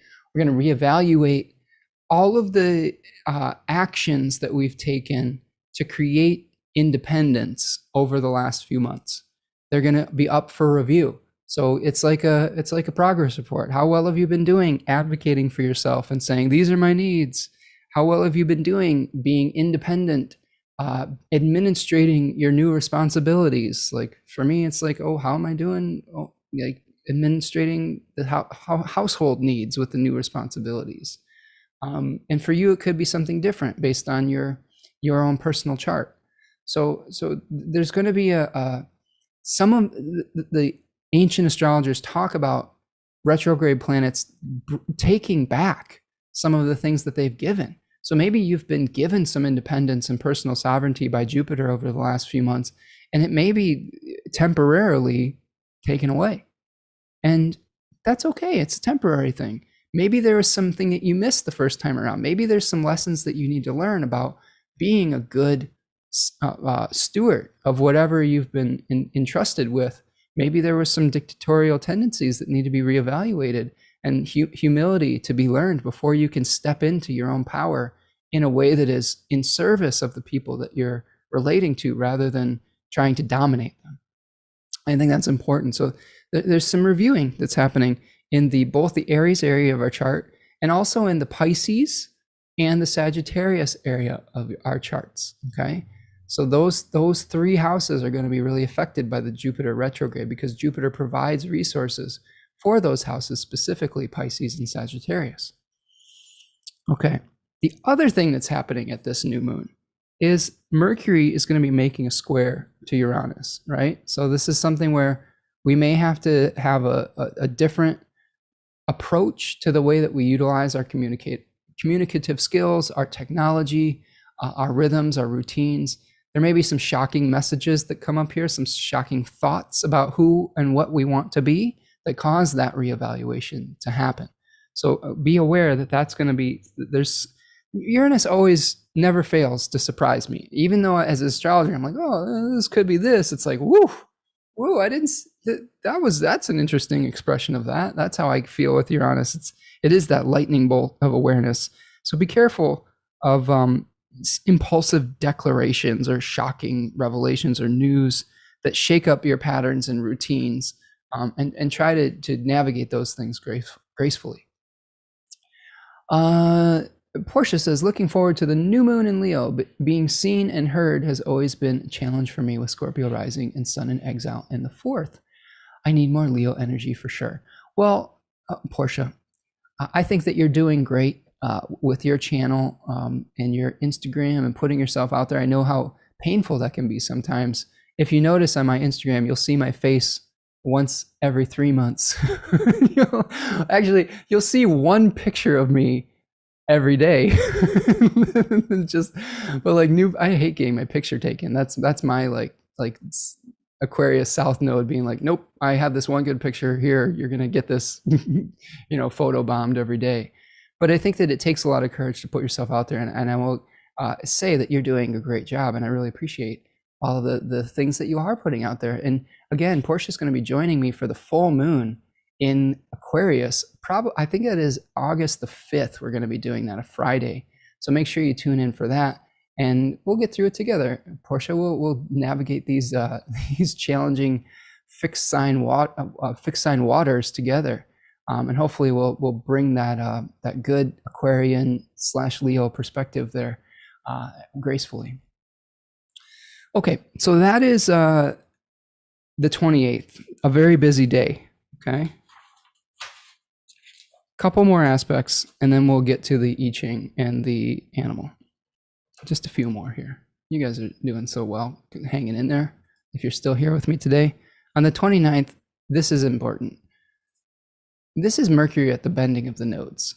So this is Mercury at about 20-ish degrees, 19, 20 degrees of Leo, and it is making a square to the north node and the south node of the moon. So this is a condition called being at the south bending of the nodes. And that means that Mercury is heading away from the north node and heading towards the south node. So to me, and this is something I'm still learning a little bit about, the bending of the nodes, but my intuition tells me that this is whatever Mercury represents in our life, whatever commerce we're doing in the Gemini and the Virgo area of our life, is heading away from a point of increase and to a point of decrease. So there's something that maybe needing to be let go of at this bending of the nodes, where we get an awareness of what we're going to start to let go of. And potentially we need to let go of some relationships that are too intermeshed. With the North Node in the second decan of Taurus, a lot of that is being able to rely on your own resources and the charity of others. But there's an independence to Taurus that we see not necessarily in the second decan of Scorpio. That second decan of Scorpio is about really intermeshed relationships that can be positive, but also can be super toxic. So we may have to let go of those things, and we may be asking questions about those relationships that are super emotionally tied together around this period of time. So that's what I think of what we're seeing with Mercury at the south bending. Reducing codependency within our relationships, I think, is going to be an important theme of this. Okay, Remco's back. All right. Portia says, August 5th, can't wait. Leo and Aquarius will be a good time for us for sure. Yes, I'm looking forward to it as well, my friend. So that's Mercury that's a short examination of Mercury at the bendings. When we have a planet like Saturn recently went through the north bending, right? And it's retrograding. It's not going to completely get back to that north bending, but we're moving towards a period of increase with Saturn. Saturn's going to be moving towards the north node here, right? And it was requiring us to increase our awareness of like our material needs, our material resources, and the limitations involved with them, and create new patterns and new ways of dealing with material resources. So it's something to think about with those nodal bendings. All right, as we get to the last day of the month, we've got Mercury making its evening rise. So here you see Mercury at 23 degrees of Leo, and it is emerging from under the beams of the sun. Mercury is becoming visible as an evening star. So important communications at the end of the month. The courage to speak up and defend your right to be. That's important at the end of the month. That Leo 3 is really about defending your turf. There's a figure holding wands, defending himself against people who are trying to usurp his throne. So this is a place where, communicating who you are and what your integrity, what you believe is important. And it's going to be making an opposition to Saturn as it rises. Okay, you can see that opposition around 22 degrees of Leo opposing Saturn retrograde. So there may be important communications where you're defending yourself, but you're feeling tension between the sober discussions that need to be had about your needs versus the collective needs. This decan also is about defending your ground, but also when it's opposed to the Seven of Swords decan of Aquarius, that decan is about untying the old and leaving, of saying, okay, it's time for me to go. I'm too frustrated. So there may be conversations of, should I stay or should I go now, right? If I stay, there will be trouble. If I go, it will be double. But I really want to know, should I stay or should I go, right? I told one of my friends, my friend CV Henriette, who I talk to quite a bit, that most of my advice when I'm talking to people is song lyrics. Like I have like a sticky memory for song lyrics, so I'll recall song lyrics as advice often. And I think it's a fun way to share creative process. The other thing that's happening beyond the evening rise of Mercury and the opposition to Saturn is that Uranus will be making its conjunction with the North Node. And you can see that in addition to that, we have the application of Mars to Uranus and the North Node. That's going to be exact, I believe, the first of the month. So we're going to still feel this at the end of July here. The intense Uranian shakeups, violent shakeups, earthquakes. Maybe an earthquake. I don't know. But a metaphorical earthquake in our life, shaking things up, increasing the unpredictability of material resources, of shaking us out of the things that we normally rely on for support, leading to difficult conversations about whether we need to stay where we're at or leave. I could see that. Let's say you're on the West Coast or something, and heaven forbid one of those earthquakes happen, or wildfires or something like that shakes you out of your routine. There could be important conversations about, do we stick around this area or do we need to leave temporarily or permanently? I mean, I have a lot of friends who have left the West Coast because of just the volatility of those areas and moved to different parts of the country. Although I will warn everyone, it'll find you wherever you're at. I've experienced that with the extreme weather we have here in the Midwest. Also, I had an experience where I tried to leave society for a while and have a farm and live off the grid, and had an experience where the place we were trying to buy was completely polluted by a toxic Superfund site that was flowing into the well that was a mile upstream. And that was a big wake-up call of like, hey, you can't escape. You got to deal with the reality. Everywhere has challenges, and you can't just escape it and leave it behind. You got to deal with them and face them. And we're all connected, and all these areas are connected. I'm looking at a question here from Rachel. Are the natal points affected by the bending of the nodes? Yes. If you have a planet that's at the bending of the nodes, 100%. If you have a natal planet that is being contacted by a planet at the bending of the nodes, also yes. I think in general, just yes. I think that there will be look at where Mercury is in your chart. That area of Leo, there's going to be a choice, a decision that has to be made. Those bendings are inflection points of saying, are you going to move towards increase, or are you going to move towards decrease? There's something that needs to be increased and decreased, and it's a crossroads. So I think everybody's going to be feeling this on some level as well. And Taria says, I forced my teenage daughter to listen to those songs. Good. Good. I do too.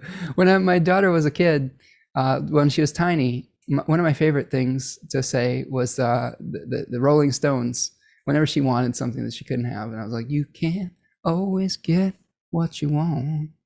Well, no, you can't always get what you want. But if you try sometimes, you just might find you get what you need, right? She hated that song because she knew that was me saying no. And I would make her sing it back to me. I would say, all right, what's the song we sing? She's like, you can't. What do you want? She'd sing it like under her breath, like so begrudgingly.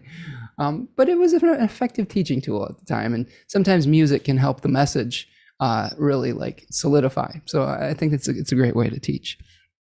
The last thing that we have on our journey here is we do have a beneficial trine between the Sun and Jupiter, retrograde Jupiter now, on that last day. So, we may have an awareness of how we are going to be able to move forward and the new identities that we need to take on to take care of these other challenging aspects with the opposition with Mercury and Saturn and the conjunction of Mars, Uranus, and the North Node. So it's going to require us to take on new roles, new identities, have a new sense of sovereignty and independence that may be uncomfortable at first. But what I'll tell you is that even though you're uncomfortable, you can live into the answers. You don't have to have it all figured out in one day. Just the ability to start and to get over the inertia that you might feel with these planets in Taurus, right? The not wanting to move that 1,000-pound animal like the bull. Just taking one step in the right direction can make all the difference. That can lead to taking the next step, and then the next day just taking those steps, and then pretty soon you're like, oh wow, I'm running, and then it's hard to stop, and then you put the brakes on if you need to. But sometimes just the first step is the most important one. And Portia says, I'm totally going to make your daughter sing it back too. It is. It's a very effective teaching tool.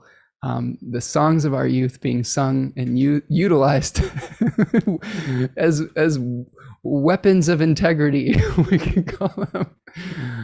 Songs of integrity. That should be an album that we put together, a mixtape, right? A list to have them listen to life lessons from classic rock. All right, friends. Well, that is the transit portion of the chart. Thank you for hanging out with me on that today. We're at the 3-hour mark. Let's talk a little bit about the hexagram of the day and the animal. First of all, if you are enjoying this video, please hit the like button. Please subscribe to the channel. Please subscribe to my newsletter. Please sign up for the Decans of Cancer and the Summer Bundle. Donate to buy me a coffee or today in the super chat or the super sticker. Help me keep the lights on and pay the mortgage on this house and buy some more books. Okay. All the business things out of the way. And just thank you for being here today. That's the biggest gift that you can give me, is your participation. Just choosing to spend 3 hours of your time with me is awesome. I know that I'm competing for your time and your attention. The fact that you're here today is a blessing. And I am so grateful for all of you in this community. And I hope that you're getting something out of it today. Okay. I'm going to do the hexagram first. The hexagram is number 51. And this translates to shock, thunder, quaking, upheaval, the arousing, reassessing your life, shocking you out of your lethargy, sudden change, and the hidden potential in that sudden change, taking action, the wake-up call. And this really reflects, I think, the Mars-Uranus North Node energy. Get ready to be surprised in some regard. As an astrologer, I've learned that I'm constantly humbled by the planets. I'm not omniscient, not omnipotent. I don't know everything. I might be able to prepare you that there might be something happening that might be out of the ordinary, but I don't know exactly what it is. I can have a basic idea. But I'm constantly humbled by the planets and how it expresses itself. So we may experience a shocking event that reduces us to some kind of immobility. The changing line I got was line number 4. And line number 4 is called mired in shock, or shock then mud. I can't make this up. Shock then mud, which is Mars, Uranus, North Node in Taurus, the Earth sign. It says a shocking event that leaves you feeling stuck or paralyzed, bewildered, or unable to act. Shake it off, right? This is what we say. Wake up from the confusion. If you choose not to act when all of your security is threatened, you're never going to, okay? Like, you have to be able to not get paralyzed in the shocking event. Shock has its purpose in our lives. It's really waking us up to the ruts that we've gotten into. And this could be on the macrocosm, it could be the rut of over-reliance on fossil fuel.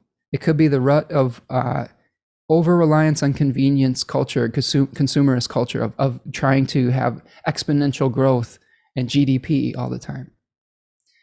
And it could be the shock in our personal lives of like, hey, we had a routine that just isn't healthy. Maybe we've been overspending in an area of our life, and the shock of inflation is saying, hey, it's time to wake up and make some changes. It's time for us to get out of our routines, out of our comfort zones, and redefine ourselves, to take on a new persona, to have courage to compete for what we need and what we want, to put ourselves out there.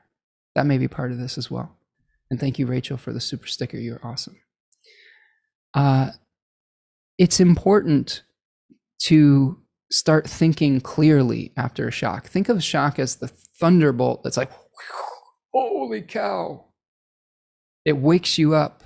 You're like, holy shit, that's scary, right? But it makes you feel alive. It gets your heart beating. It gets the adrenaline flowing. Sometimes you need an adrenaline check.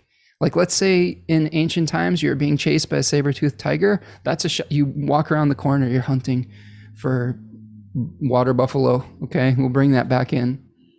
And around the corner, you have a saber-toothed tiger that's just like surprises you, jumps down from a tree, and you're like, holy shit, there's a saber-toothed tiger.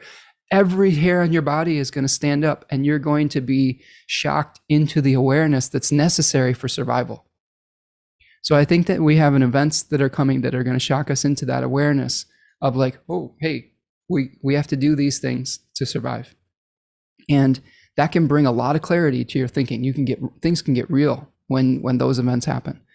So try not to get stuck in the shock part of it.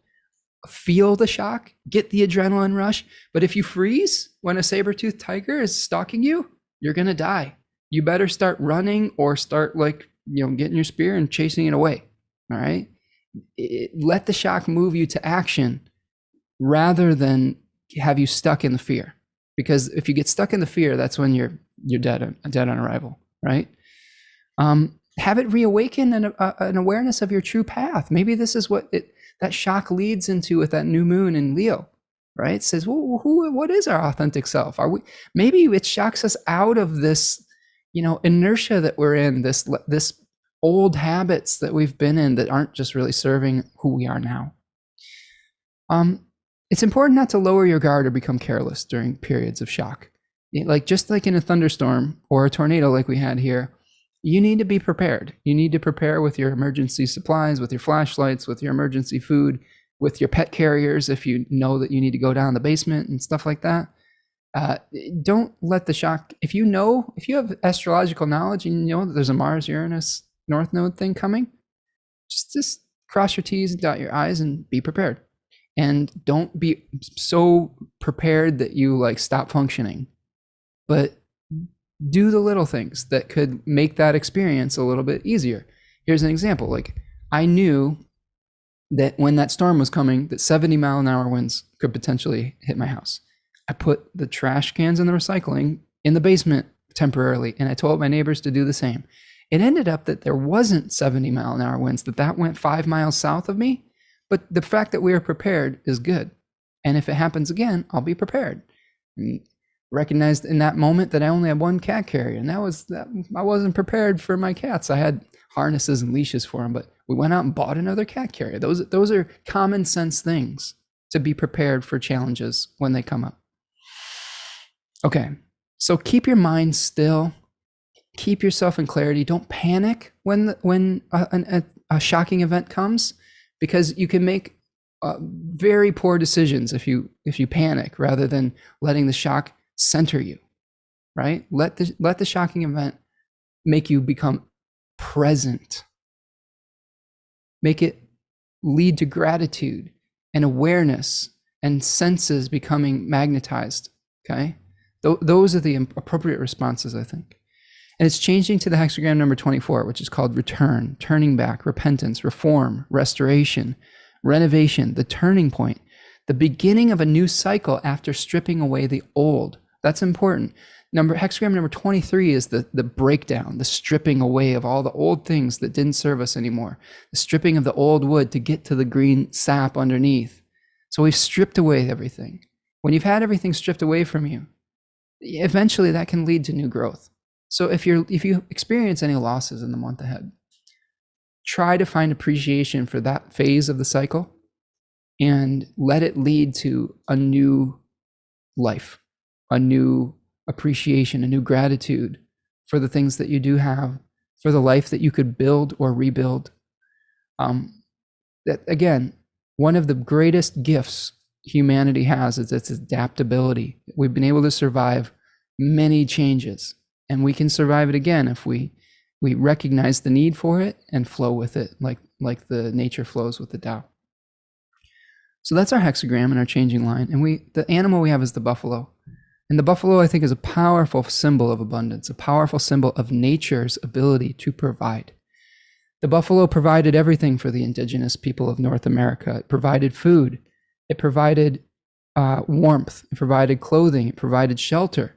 All of these things were provided from one animal. They made their housing from some of the skins. They made their clothing. They used the bones for tools. Nothing went to waste. So don't waste anything in this time period moving forward. Utilize every portion of the things that you buy or that you have already. Take stock of what you do have. Have gratitude for what you have. The buffalo is a huge animal that's very strong and has an enormous amount of endurance. You have strength. You can endure this too. We'll get through this. They also have a little bit of an unpredictable nature. So respect nature's ability to change on a dime. Respect that warning if you get that tornado warning. Don't be like, oh, it's going to be nothing. Because in an instant, it can change everything. It can level your house, and what you have is your life. And you can always rebuild in a material thing, okay? But protect the life, right? It's a herd animal. And they protect one another. So we need to be like herd animals right now and protect one another, to take care of each other. If we see someone struggling, reach out.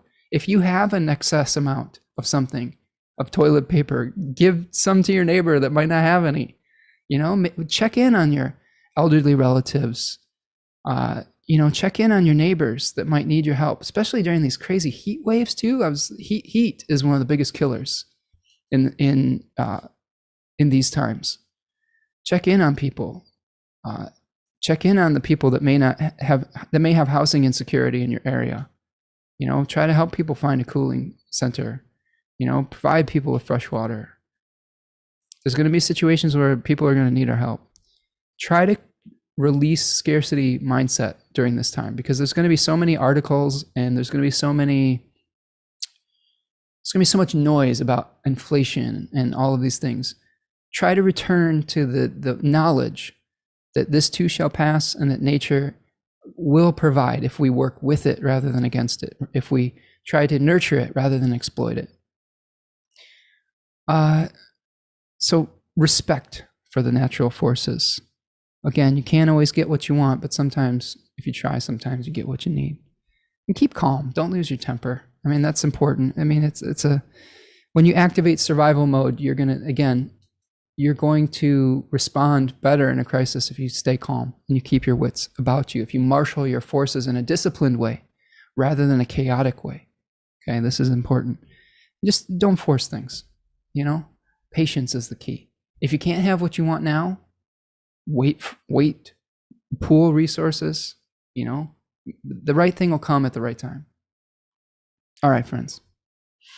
That's what I got for you today. You all are amazing. You'll get through this. You are abundant. You have so many talents and skills and resources at your disposal, even if it looks bleak at this time. Tap into that strong, courageous heart that I know that you have, and we'll survive. Once you were afraid, you were petrified. But you will survive, right? Another one to put on the playlist. So thank you all for being here today. Please, please, please like this video, subscribe to the channel, subscribe to the email list, sign up for the Decans of Cancer. support me through buy me a coffee and whatnot if you feel so inclined. And we'll see you the next time. I'll see you next Sunday for the new moon in Cancer. And have a good Cancer season.